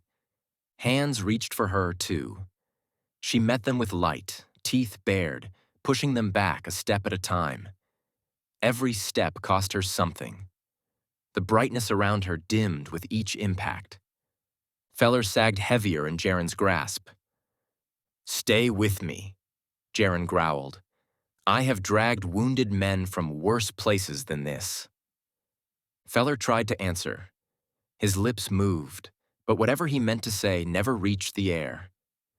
A faint glimmer seeped from the corner of his mouth instead, like phosphorescence slipping from a cracked shell. Jaren felt a tug in his own chest. The spirit had learned from Latch. It did not bother with visible lines anymore. The pull was silent, sunk deep. Each breath he took seemed to stretch toward those overlapping hands in the doorways. He forced his feet to move. They reached the outer gate. Guards had already backed away, spears raised, eyes wild. One reached down to take Feller's other arm. "Help me carry him," Jaren gasped. The guard grabbed Feller's wrist. A hand shot out from the narrow gap under the gatehouse door, fingers sprouting from shadow. It brushed the guard's shin lightly. The man cried out, more in surprise than pain. He staggered back, jerking his hand away from Feller as if burned. The spirit did not take him fully. It took a slice. Color drained from the guard's face. He swayed, blinking, then dropped to his knees, weapon clattering from numb fingers. Breath still came and went. The spark inside him had dulled rather than vanished. Enough to leave him alive. Weak. Less. It wanted the richer meal. Feller's body jerked once, twice. His claws dug furrows in the stone. Jaren held on as long as he could. Then the weight shifted. The light inside Feller went all at once. It left not in a line, not in a thread, but in a rush, like water pulled through a broken dam. Jaren felt it pass through him in a cold wave, an echo of something he could not catch. He was left holding a husk. The spirit retreated, satisfied. Hands slid back under the gatehouse, back through the shrine, back into the barracks, leaving hinges swinging and guards shaking in their boots. The courtyard fell quiet except for ragged breathing and the distant chatter of the stream under the bridge. Jaren lowered Feller gently to the ground. The beastkin's eyes were open. They reflected nothing but the gray of the sky. 2 of the 7 lay behind them now. Latch in a field, Feller on a fort courtyard. Neither had fallen in grand battle. They had simply been near doors when something that hated emptiness decided to drink. Jaren stood slowly. "We cannot keep doing this," Tamsin whispered. Tears cut clean lines through the grime on her cheeks. "We bleed ourselves for every yard, and it does not care. It will take all of us in pieces, and the circle will still stand." Colleen's hand trembled around her last wardstone. "If we stay, more people die within this ring. If we leave, they die without anyone to shout warnings they will not listen to. The pattern is not one we can win." Rurik stared at the tower marked on the distant horizon, barely visible through the low clouds. "Then we stop playing its game," he said. "We stop running around this ring like mice in a trap. We go to those who built bigger traps before us." Jaren looked back the way they had come. The road behind them shivered with invisible currents. Every house along it held a frame that could open the wrong way at any moment. Every choice he had made since Brand's cellar had led to more bodies. The hopelessness that settled over him now was not a dramatic, crushing weight. It was a slow acceptance that the tools he knew were not enough. That courage did not matter to something which did not even need to move to kill. He turned his gaze toward the north instead, where trees darkened into the Fey woods. "Fine," he said. "We go to the towers. We find the warden those old stories speak of. If he is a ghost, we curse his memory. If he is real, we drag him by the collar to that watchtower and shove this thing into his keeping." "And if he refuses?" Orlin asked quietly. "Then we die knowing we ran out of ladders," Jaren answered, "not clinging to the first rung." They left Feller under a cairn of rough stones just beyond the fort, where the land began to rise toward the woods. The guard whose spark had been dimmed helped pile the rocks, hands moving with the slow care of someone who felt old all at once. As they stepped onto the northern road, rain finally broke over them in full. It washed the dust from their faces, soaked their cloaks, blurred the fort behind into a smear of gray. The spirit did not laugh. Laughter was a human thing.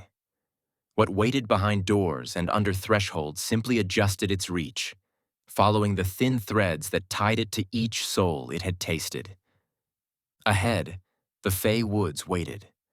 Somewhere inside their tangled heart, tall shapes rose that were not trees, towers grown from stone and story, towers where other hungers had been chained. The 7 were 5 now. Hope had worn thin enough that even turning toward those towers felt less like a plan and more like the last crawl of a wounded thing that had not yet learned how to stop moving. The farther north they walked, the less the world felt like it belonged to them. Fields gave way to scrub to tight copses, then the first true fringe of the Fey woods. Trees rose in layered tiers, bark silvered and strange, leaves catching light that never seemed to reach the ground. The air tasted sweet and sour at once, sap thick and sharp, like a drink that had started to turn. Paths did not run straight here. Trails bent around unseen centers, looping back on themselves with a subtlety that could erode sane maps. Rurik cursed under his breath more than once when the group broke through a thicket to find their own footprints shadowing theirs from a different angle. "It does not want us, or it does not care about us," he grumbled. "Either way, the woods think in circles." "They were shaped long before our roads," Orlin said. "To the Fey, our straight lines are the odd ones." Tree limbs arched overhead, knitting together into natural vaults. Exposed roots twisted into half rings before plunging into the soil again. Fallen trunks lay across small ravines, bridges made by storm and age. Everywhere Jaren looked, he saw thresholds. Tamsin felt it first. Her crystals had been fragile since the tower. As they moved under the first great arch where two oaks had grown together, she held a shard in her palm, more as habit than instrument. It hummed, not the low tremor of disturbed lay she had grown used to. This vibration sank into bone, a sharp, thin whine that made teeth ache. The shard grew warm, then hot. "Stop," she said. They halted beneath the arching boughs. Light here felt filtered, broken into shards before touching the ground. The space under the interlocking branches felt just a touch colder than the forest beyond, a pocket that did not quite match the air around it. Rurik glanced up. "Looks like a doorway," he muttered.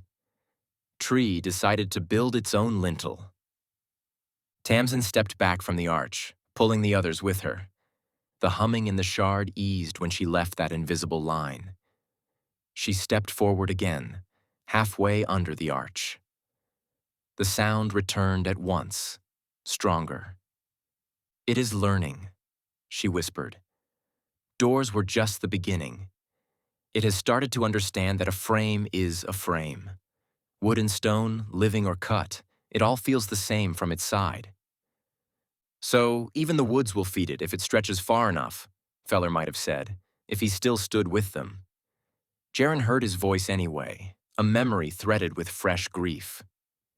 They did not pass under that arch. They took a longer way around, forcing a path through stubborn undergrowth. It scratched at cloaks and skin as if displeased. It was a small victory. It did not alter the fact that arches and rings lay everywhere they turned. The Fey Woods were a cathedral of shapes the Wayfair spirit could learn to inhabit. They found the first dead thing near a crescent of stones that had once been a boundary marker. A stag lay there, legs folded under its body as if it had simply chosen to rest and never stood again. Fur was sleek, skin intact, eyes clouded yet without sign of rot. Tamsin's shard quivered when she held it over the animal's chest. "Empty," she said. "As hollow as any man it has taken." "Then it has walked this far already," Colleen murmured. Jaren studied the stones. Time had worn them smooth, but faint grooves remained where someone had carved patterns long ago. They formed half a circle around the stag, gap aimed north. A half-built door. "How much of this is it, and how much of this is the woods?" he asked. "The woods provided shape," Orlin said. "The spirit found a way to drink through them. Fae create patterns because patterns please them, same as doors please traders. Some beings watch patterns until they learn how to use them for their own hunger." They moved on, stepping wide around the stone arc. The days blurred. They walked until their feet blistered and their knees ached, until every trunk and bough looked like a threat. Colleen's wardstones dwindled. Each one burned faster than the last when placed. Rurik's hands bled where bark tore at his knuckles. Orlin's rods crawled with script almost continually now, reacting less to his deliberate probes and more to the constant strain in the air. Sleep became a bargaining table. Under open sky, it had felt difficult but possible. Here, beneath interlocking boughs, even lying down felt like stepping under a lintel. They took turns, back to back, leaning against trees that bent away from each other rather than toward. Dreams thinned. Waking did not bring relief. Each time Jaren blinked, he felt an awareness on the other side of that momentary dark, a weight waiting for him to slip longer than a blink. On the fourth day in the woods, the spirit stopped waiting for wood and stone. They came upon a ruin where the forest had started to swallow older work.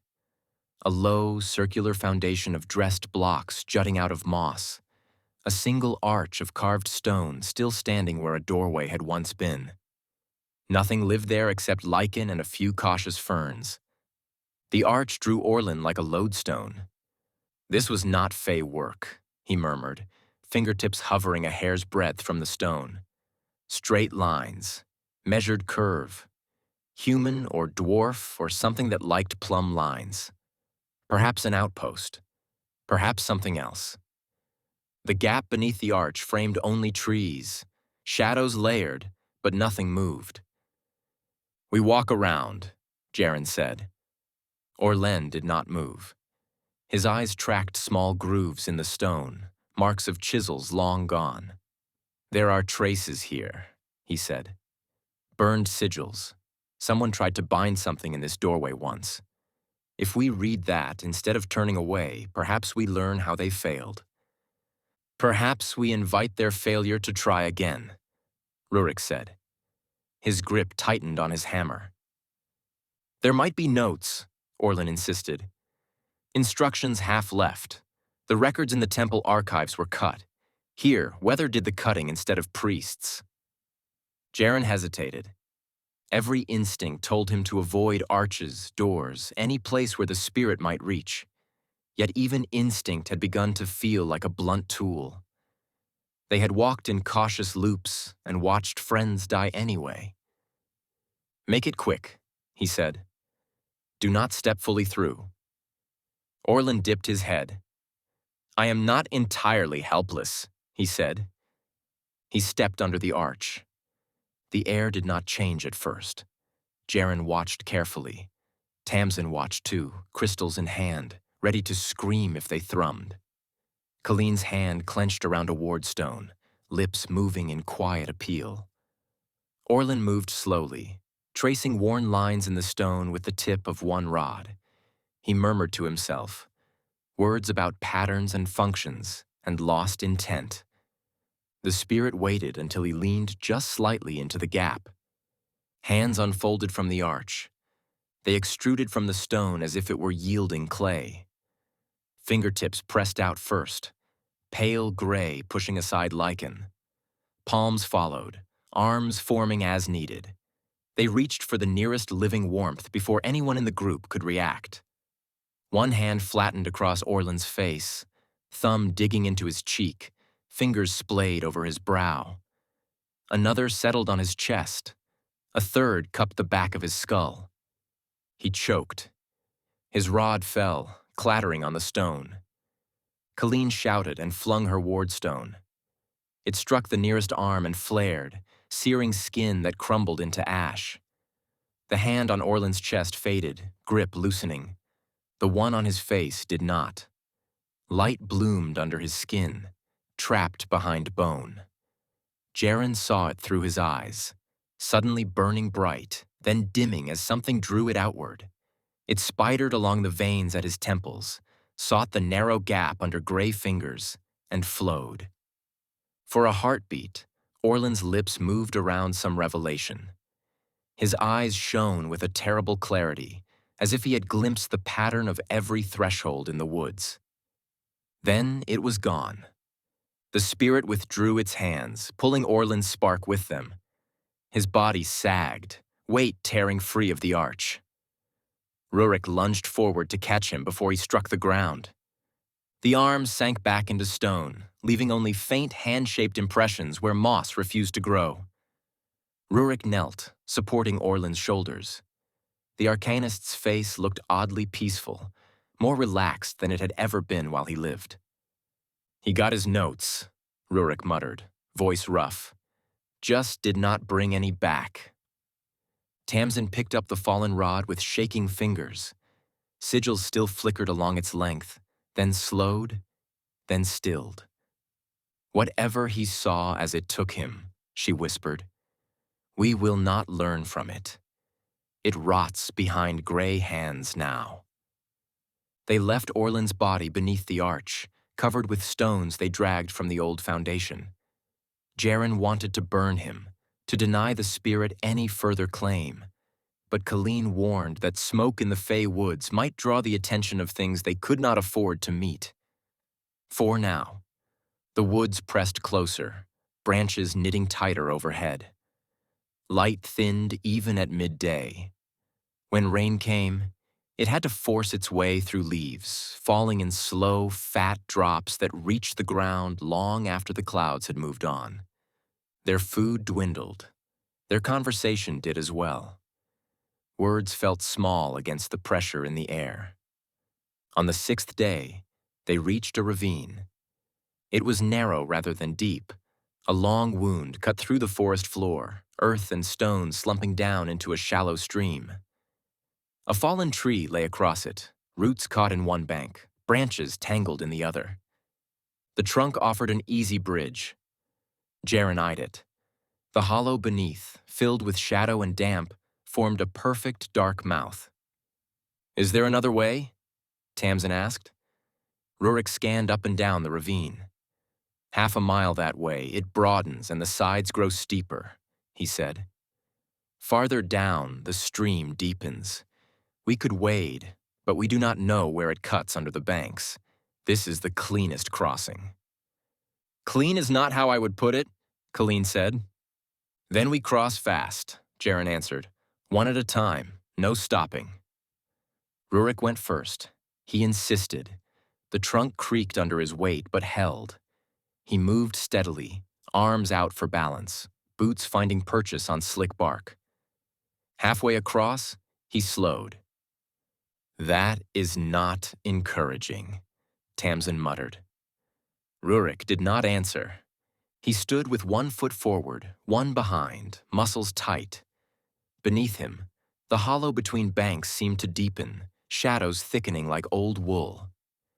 The space under the log stretched in Jaren's perception, becoming longer than it had any right to be. Hands reached up from the dark. They did not rise far, perhaps a handspan, perhaps two. Just enough to brush the underside of the log. Fingers spread, pressing into dead wood. Jaren heard the faint rasp of nails against bark. Each contact sent a shiver through the trunk that traveled up into Rurik's bones. The dwarf grunted. "Feels like standing on someone's ribs," he said through clenched teeth. "Come back," Jaren called. "We will find another route." "If I turn now, they will grab my legs," Rurik replied. "If I jump, they will catch me in the air. If I stand still, they take their time. Choices are a kind of sarcasm with this thing." The hands testing the log multiplied. Arms grew thicker where they met shadow, anchoring themselves in a place that stretched away like a corridor.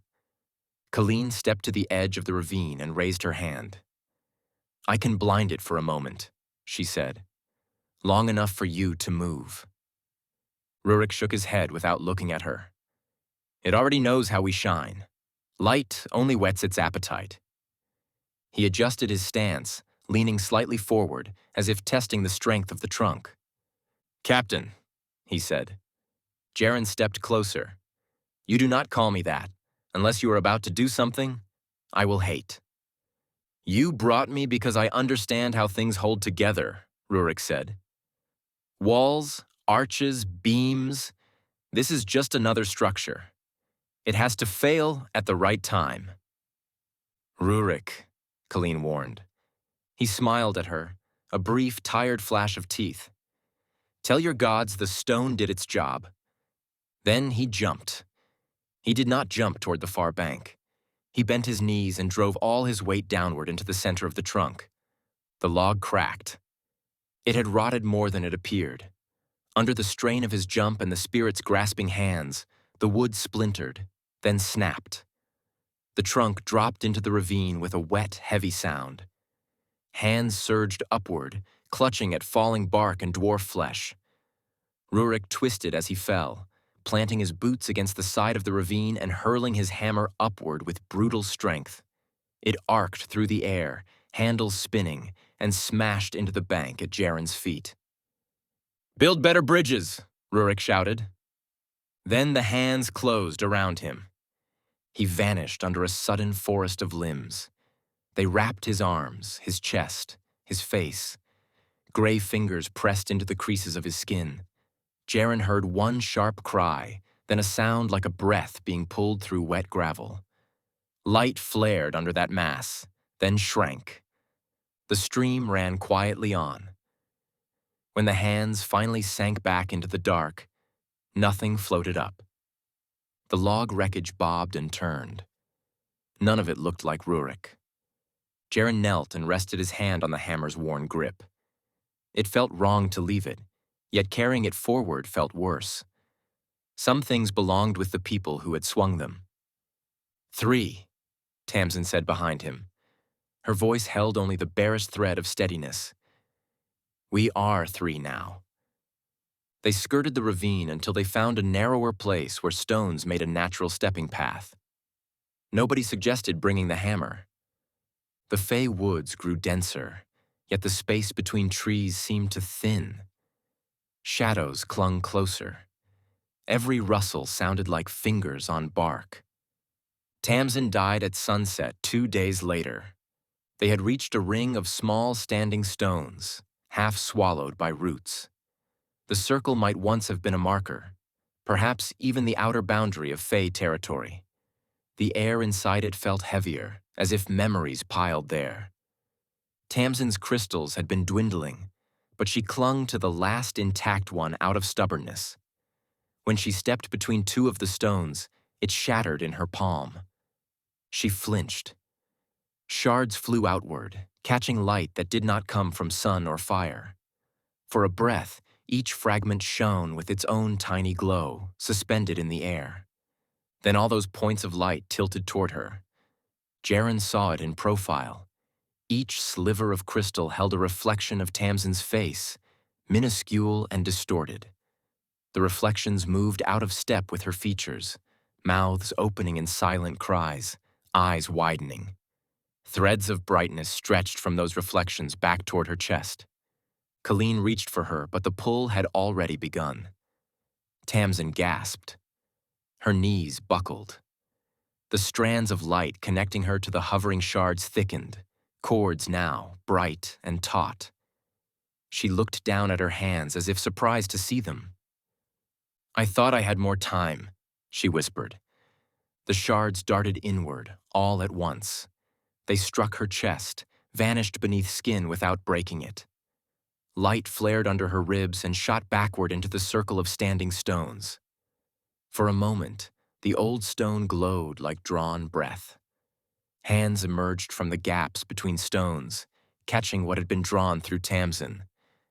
The spirit had not even bothered with a visible doorway this time. It had used the remnants of her own tools, reflections she had carried for days. When it withdrew, she remained on her knees. Her eyes stayed open, fixed on something beyond the gray trunks, beyond the darkening sky, beyond the Fey woods. 3, Jaren had said. 2, Colleen murmured now. They laid Tamsin's body in the stone circle. Colleen covered her with her own cloak, lips moving in words that sounded scraped raw.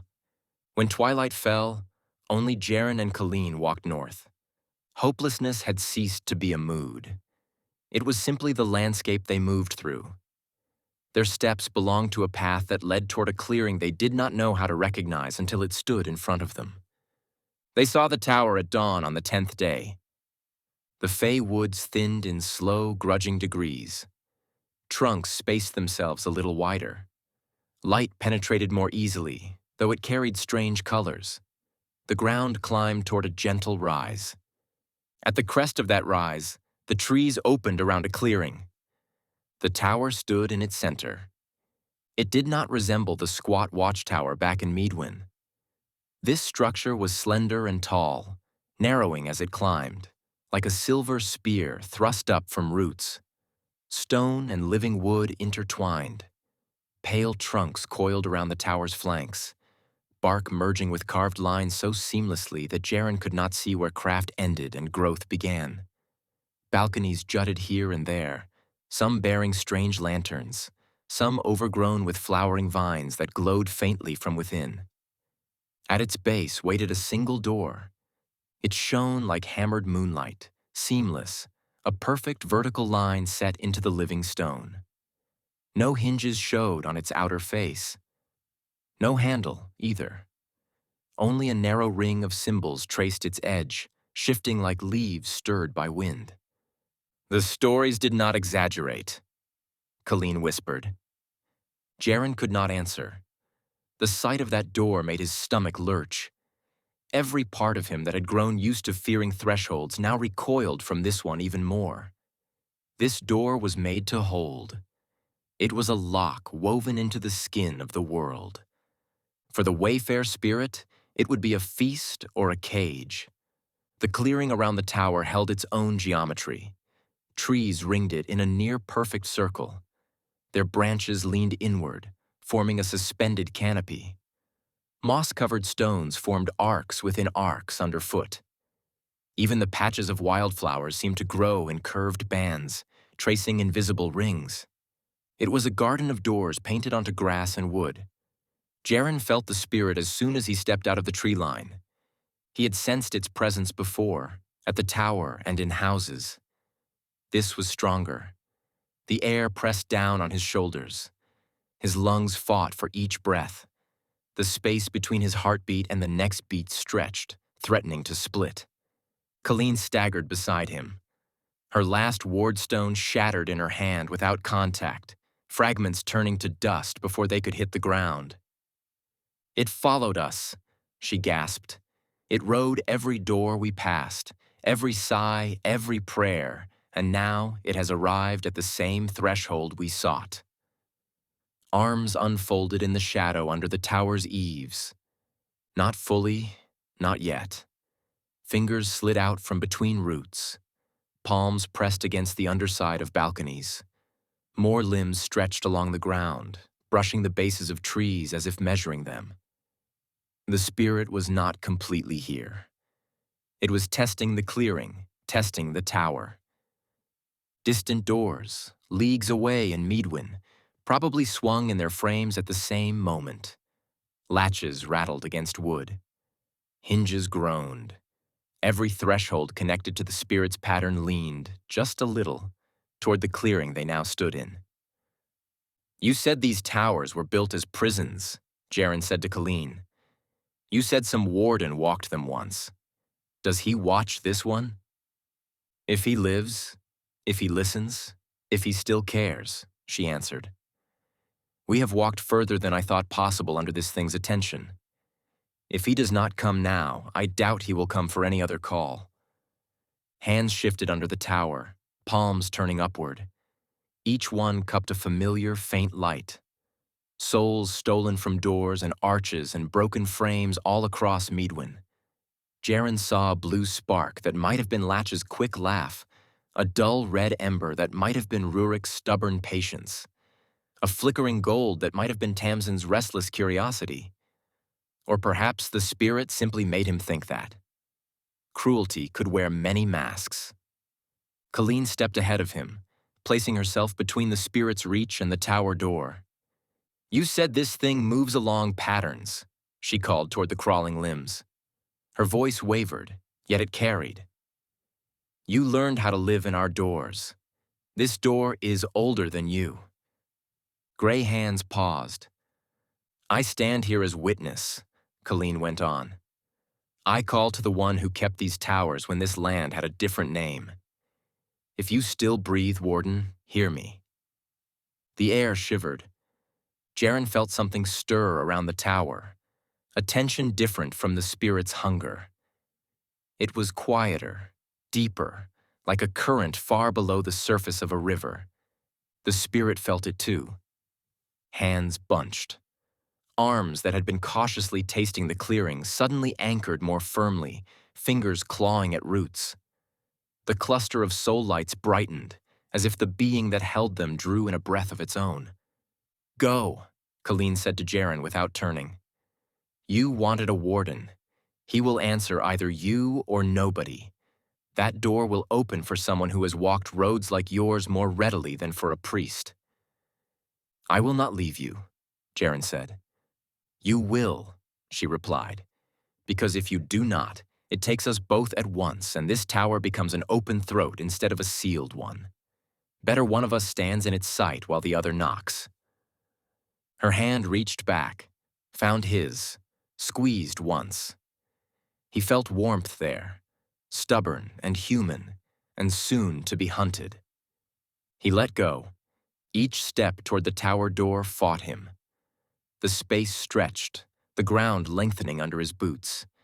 The spirit leaned harder on him every time he shifted his weight, as if gravity had turned sideways, pulling toward the forest of hands. Behind him, Colleen began to chant. Her words carried all the strain of the road, all the funerals hurried and incomplete, all the frustration of charms that failed and prayers that found nothing willing to answer. She called upon every name she had ever used for light that could not be swallowed. Every order of angels and saints, every fragment of doctrine. She did not expect them to stop the spirit. She only needed them to irritate it. It worked. Arms swiveled toward her.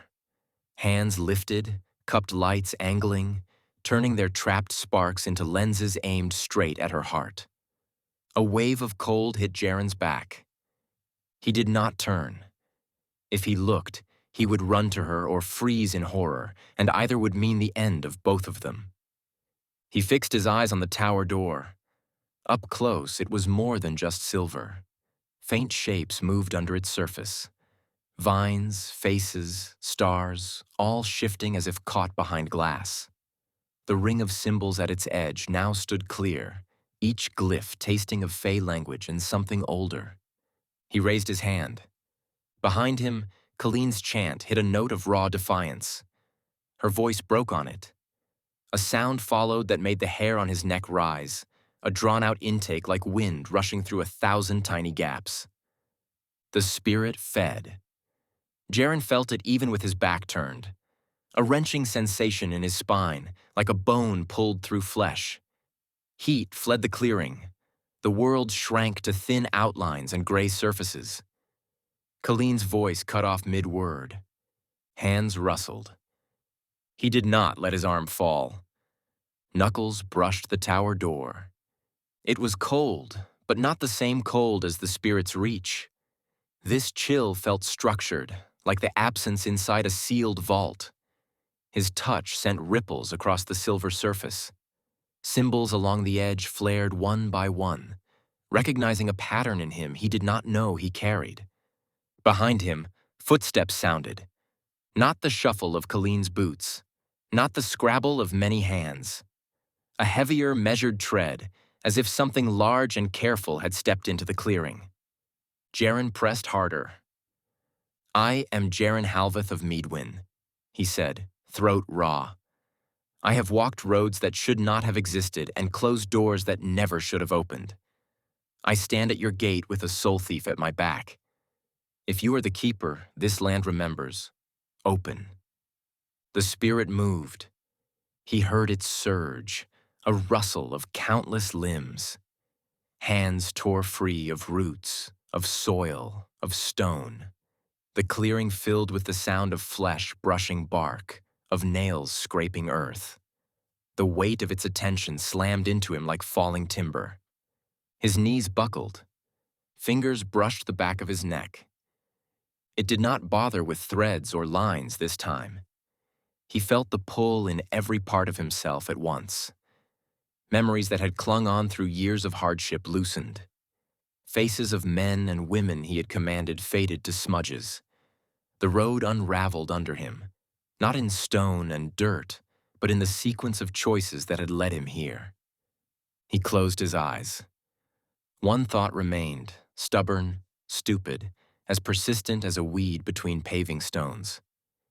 If this warden exists, he has listened for pleas like this for a very long time. He shoved that thought into the space between his hand and the tower door, as if it might wedge the gap open a fraction more. Silver flowed under his fingers. The door answered. It did not swing inward with mundane weight. It folded, peeling away from the frame like light splitting around an obstacle.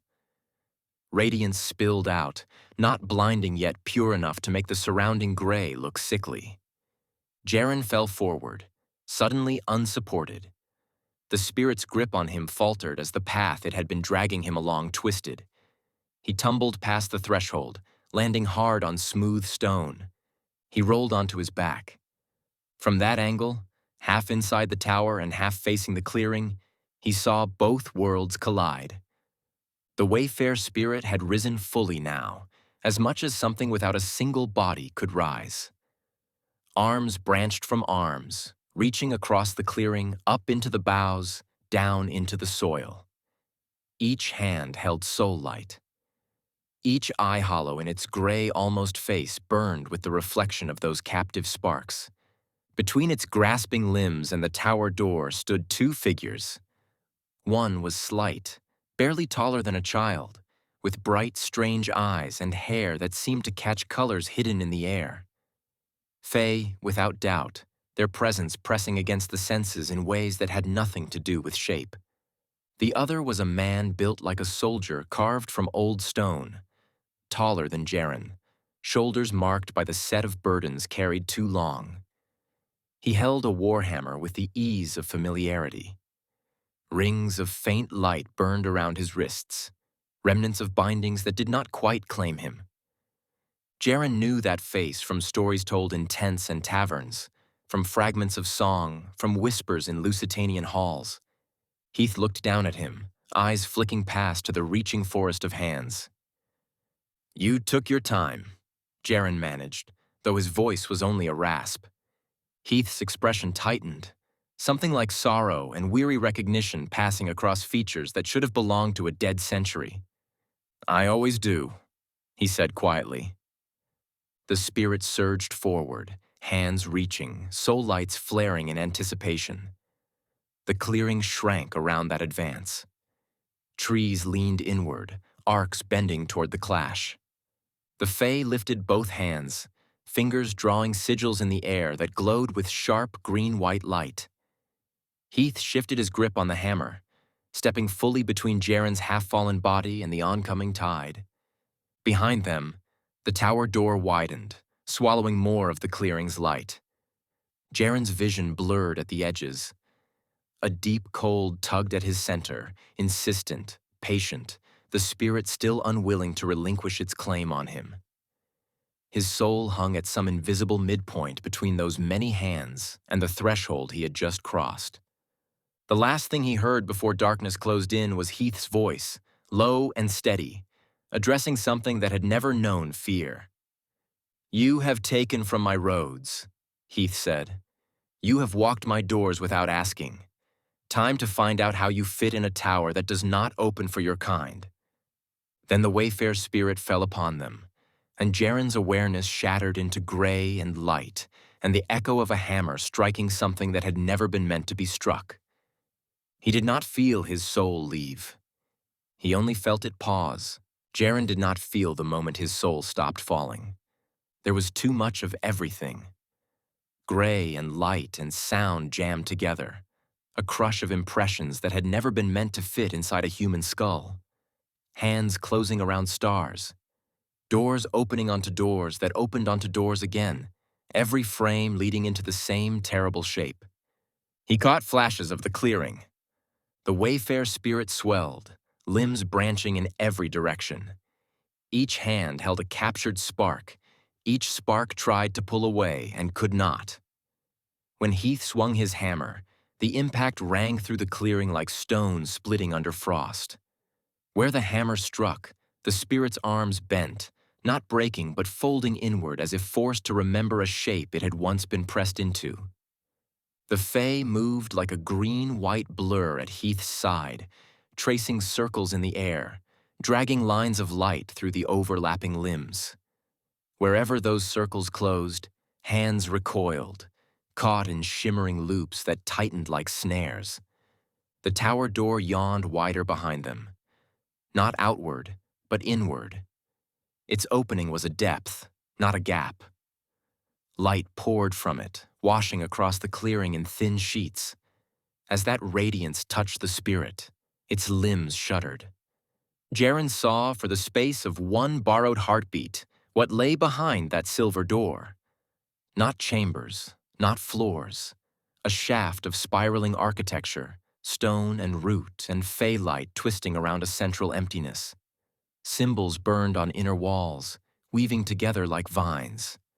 In that void, other shapes hung, none like the Wayfair spirit, each different, each wrong in its own particular way, each pressed into a form that kept it from reaching too far. The tower was not just a tower. It was an organ of the world designed to hold things that could not be unmade. Something tugged at him. Not the spirit. Not Heath. A pull from inside the tower itself, a recognition of a soul that had crossed its threshold while still partly claimed by another force. It felt like two conflicting ropes on the same anchor point, gray hands on one side, silver geometry on the other. For a moment, he thought he would be torn between them. Split. Half of him left in the clearing, the other half smeared into the tower's workings, a permanent witness screaming wordlessly through stone. Then a different grip settled around that anchor. It was steady and impossibly old, like a hand that had held a hammer for so long that the wood had taken its shape. It felt exhausted and unyielding at the same time. "Not this one," a voice said, not in his ears, but in the place where memory lived. "You have taken enough from these roads." The pull toward the clearing eased. The gray thinned. The tower's cold accepted him, just enough to slide him fully onto its side of the threshold without letting him sink deeper. Jaren dropped. He landed on stone that was far too smooth to be natural and lay there, trying to remember how ribs were supposed to move. Breath came back in stuttering fits. Sound followed, then sensation. His hands hurt. His back throbbed. His chest ached with a phantom tug, as if a hook still rested under his sternum. He opened his eyes. He lay in a circular chamber lit by a steady, sourceless glow. The walls curved inward slightly, their surfaces etched with patterns. Not straight lines. Interlocking rings and flowing scripts that looked like roots turned into letters. The air tasted clean and dry, with a faint bitterness, like old herbs left too long in a bowl. A low doorway stood open on one side of the chamber. Through it, he saw a slice of stairwell spiraling upward. Opposite that, another opening dropped into a dark shaft that was filled with something that looked like fog and felt like distance. Heath sat on the floor with his back to the wall, warhammer resting across his knees. His clothes were stained with gray dust that smoked faintly wherever it touched the stone, as if the tower disliked the spirit's residue. The Fae stood beside him, small bare feet on the floor, eyes half closed as if listening to something Jaren could not hear. Both of them looked tired in a way that had nothing to do with muscles. Jaren tried to speak. The first attempt came out as a dry croak. The second attempt formed actual words. "Colleen," he whispered. "Is she—" The Fae opened their eyes. Something like pity flickered there. "Gone," they said. Jaren closed his eyes for a moment. He had known the answer before he asked, but knowing and hearing were different harms. "How many did it take?" he asked. Heath studied him quietly. "From your 7, he said. 6. It almost made that 7. Jaren remembered faces, one after another. Latch's quick grin, Feller's restless ears, Orland's narrow focus, Rurik's stubborn jaw, Tamsin's ink-stained fingers, Colleen's steady hands on wardstones. He pressed his palms against his eyes until sparks burst behind his lids. "Is it bound?" he managed. "For now," the Fae replied. They moved to the edge of the open shaft and gestured. Jaren forced himself upright and followed, each movement feeling slow and heavy. When he reached the opening and looked down, he saw circles of light and shadow folding over each other far below, spiraling around a central knot. It flickered between forms. A forest of hands. A door full of hands. A blur of arms pressed together. Each shift squeezed tighter. The soul lights the Wayfair spirit had carried still burned, but their motion had changed. They no longer swarmed freely between limbs. They flowed along grooves carved by law older than kingdoms, pulled into safe orbits where the spirit could not drink them further. "It will not feed while it is here," the Fae said. These walls are written against its kind. You call this safe? Jaren asked. His voice came out harsher than he intended. I can feel it from here, like a storm behind stone. You feel it because it touched you, Heath said. Walked along the line of your life and tried to measure how you would break. Some of that mark will fade, some will not. That is the price of looking at certain things and living long enough to remember the shape. How long will it stay? Jaren asked. Until the tower erodes? Until the world ends? Until someone clever decides to see what is inside the shining door on the hill? Heath's mouth twitched. It might have been a smile, if there had been any humor in it. That is why these towers were never meant to stand alone, he said. Stone and fey light can hold, but not if every passing soul sees them as puzzles to solve. The fey spoke softly. We will twist paths, they said. Branches will grow where none grew before. Fog will sit longer in this clearing. People will walk in circles when they stray too close. Farmers will feel their skin crawl and turn back. Children will feel ill at the thought of climbing this hill. We can make it hard to find. Hard is not the same as impossible, Jaren said. Heath nodded. Which is where you come in. Jaren laughed once. It was an ugly sound. I am one captain from Meadwyn, he said. My men are dead. The roads I thought I understood have been crawling with this thing for days. What exactly do you expect me to do that your towers and your tricks cannot? Remember, Heath answered, and warn. You come from a world that writes ledgers and keeps stories in ink. Fae weave caution into places. Men and dwarves carve it into wood and stone. Both are needed. He tapped the head of his hammer lightly against the floor. The tower hummed in response, a low vibration that ran up through Jaren's feet. Long ago, when these towers were raised, there were orders dedicated to tending them, Heath said. Bridges between what lives inside and those who walk outside. Those orders died. Wars ended. Other crises took the stories away. I have walked centuries patching gaps left by forgetfulness. He looked at Jaren, eyes steady. You are stubborn enough to drag your feet against a soul thief, Heath said. You walked into the mouth of a door hunter with your jaw set like a man heading to a tax hall. That kind of pointless determination is exactly what these towers need. Jaren let the words sit. He knew what Heath was offering. Not reward, not comfort. Duty without end, tethered to a place most people would never know existed.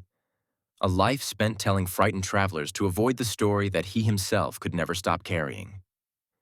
He thought of the Grey Hook Way House, the innkeeper's tired eyes, farmers with their worries about doors, the fort courtyard, the crofter's house, all of them living under the edge of something they did not understand until it took from them. At least tell me it is better out there now, Jaren said. Heath tilted his head, listening to something distant. The pull along the doors has quieted, he said. The worst of the hunger rests here now. Thresholds will always be strange. They always were. But your people can open a cellar door without a hand reaching through from the other side for a while. A while, Jaren repeated. That is what we get.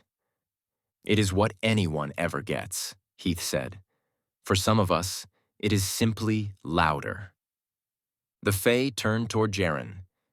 You should not stay here long, they said. Your soul has already been stretched enough. The tower will keep its prisoner. We will keep the paths bent. You must keep the story sharp. How? Jaren asked. Write it, Heath said. In ledgers, on wayhouse walls, in temple records, on stones. Do what your kind does best. Turn fear into words that people respect, even when they do not understand why. Heath pushed himself to his feet, lifting the hammer with lazy ease. The faint rings of light around his wrists flickered, then steadied. I will close the door behind you, he said. You will not be able to open it again. If someone tries hard enough, breaks enough of the patterns laid around this hill, maybe they will. That is what your warning is for. Jaren looked once more into the shaft. The spirit writhed far below, squeezed into the tower's spirals. Its countless hands clawed at scripted stone and living root. Each movement met resistance it could not quite learn. Its soul lights burned on, caught now in orbits it had not chosen. He could feel everything it wanted to do if it ever stretched fully out again. Doors leaning, bodies falling, quiet houses turning into throats. He stepped back. "Send me out," he said, "before I decide to try to break this place just to make it suffer as much as it made us suffer." Heath's eyes softened, just for a heartbeat. "That is the other reason the tower will not keep you," he said. "It knows rage too well. It does not need more of it inside." The Fae traced a circle in the air around Jaren's feet. Light rose like mist. The floor under him shifted, not physically, but in relation to the rest of the world. For a moment, he felt giants turning pages around him, as if he were script being moved from one line to another. The tower chamber faded. He stood on the slope of a familiar hill under a gray sky. Behind him, the Fae Tower rose, slender and silver. Its door was a smooth line, closed, symbols around it dim. The clearing felt different. Heavy, still, but the crushing hunger that had filled it before was contained, turned inward. The trees at the edge already leaned closer, branches knitting together higher overhead. Colleen lay nowhere he could see. Their dead were back on the roads and in the woods where they had fallen. The tower had not claimed their bodies. The knowledge that their souls were no longer bleeding into the spirit's hands was a small comfort. Small was still something. Jaren turned away. The walk back to Meadwyn took longer than the way in, not in days, but in thought. He passed standing stones and ruined arches and crooked doors, all now strangely dull.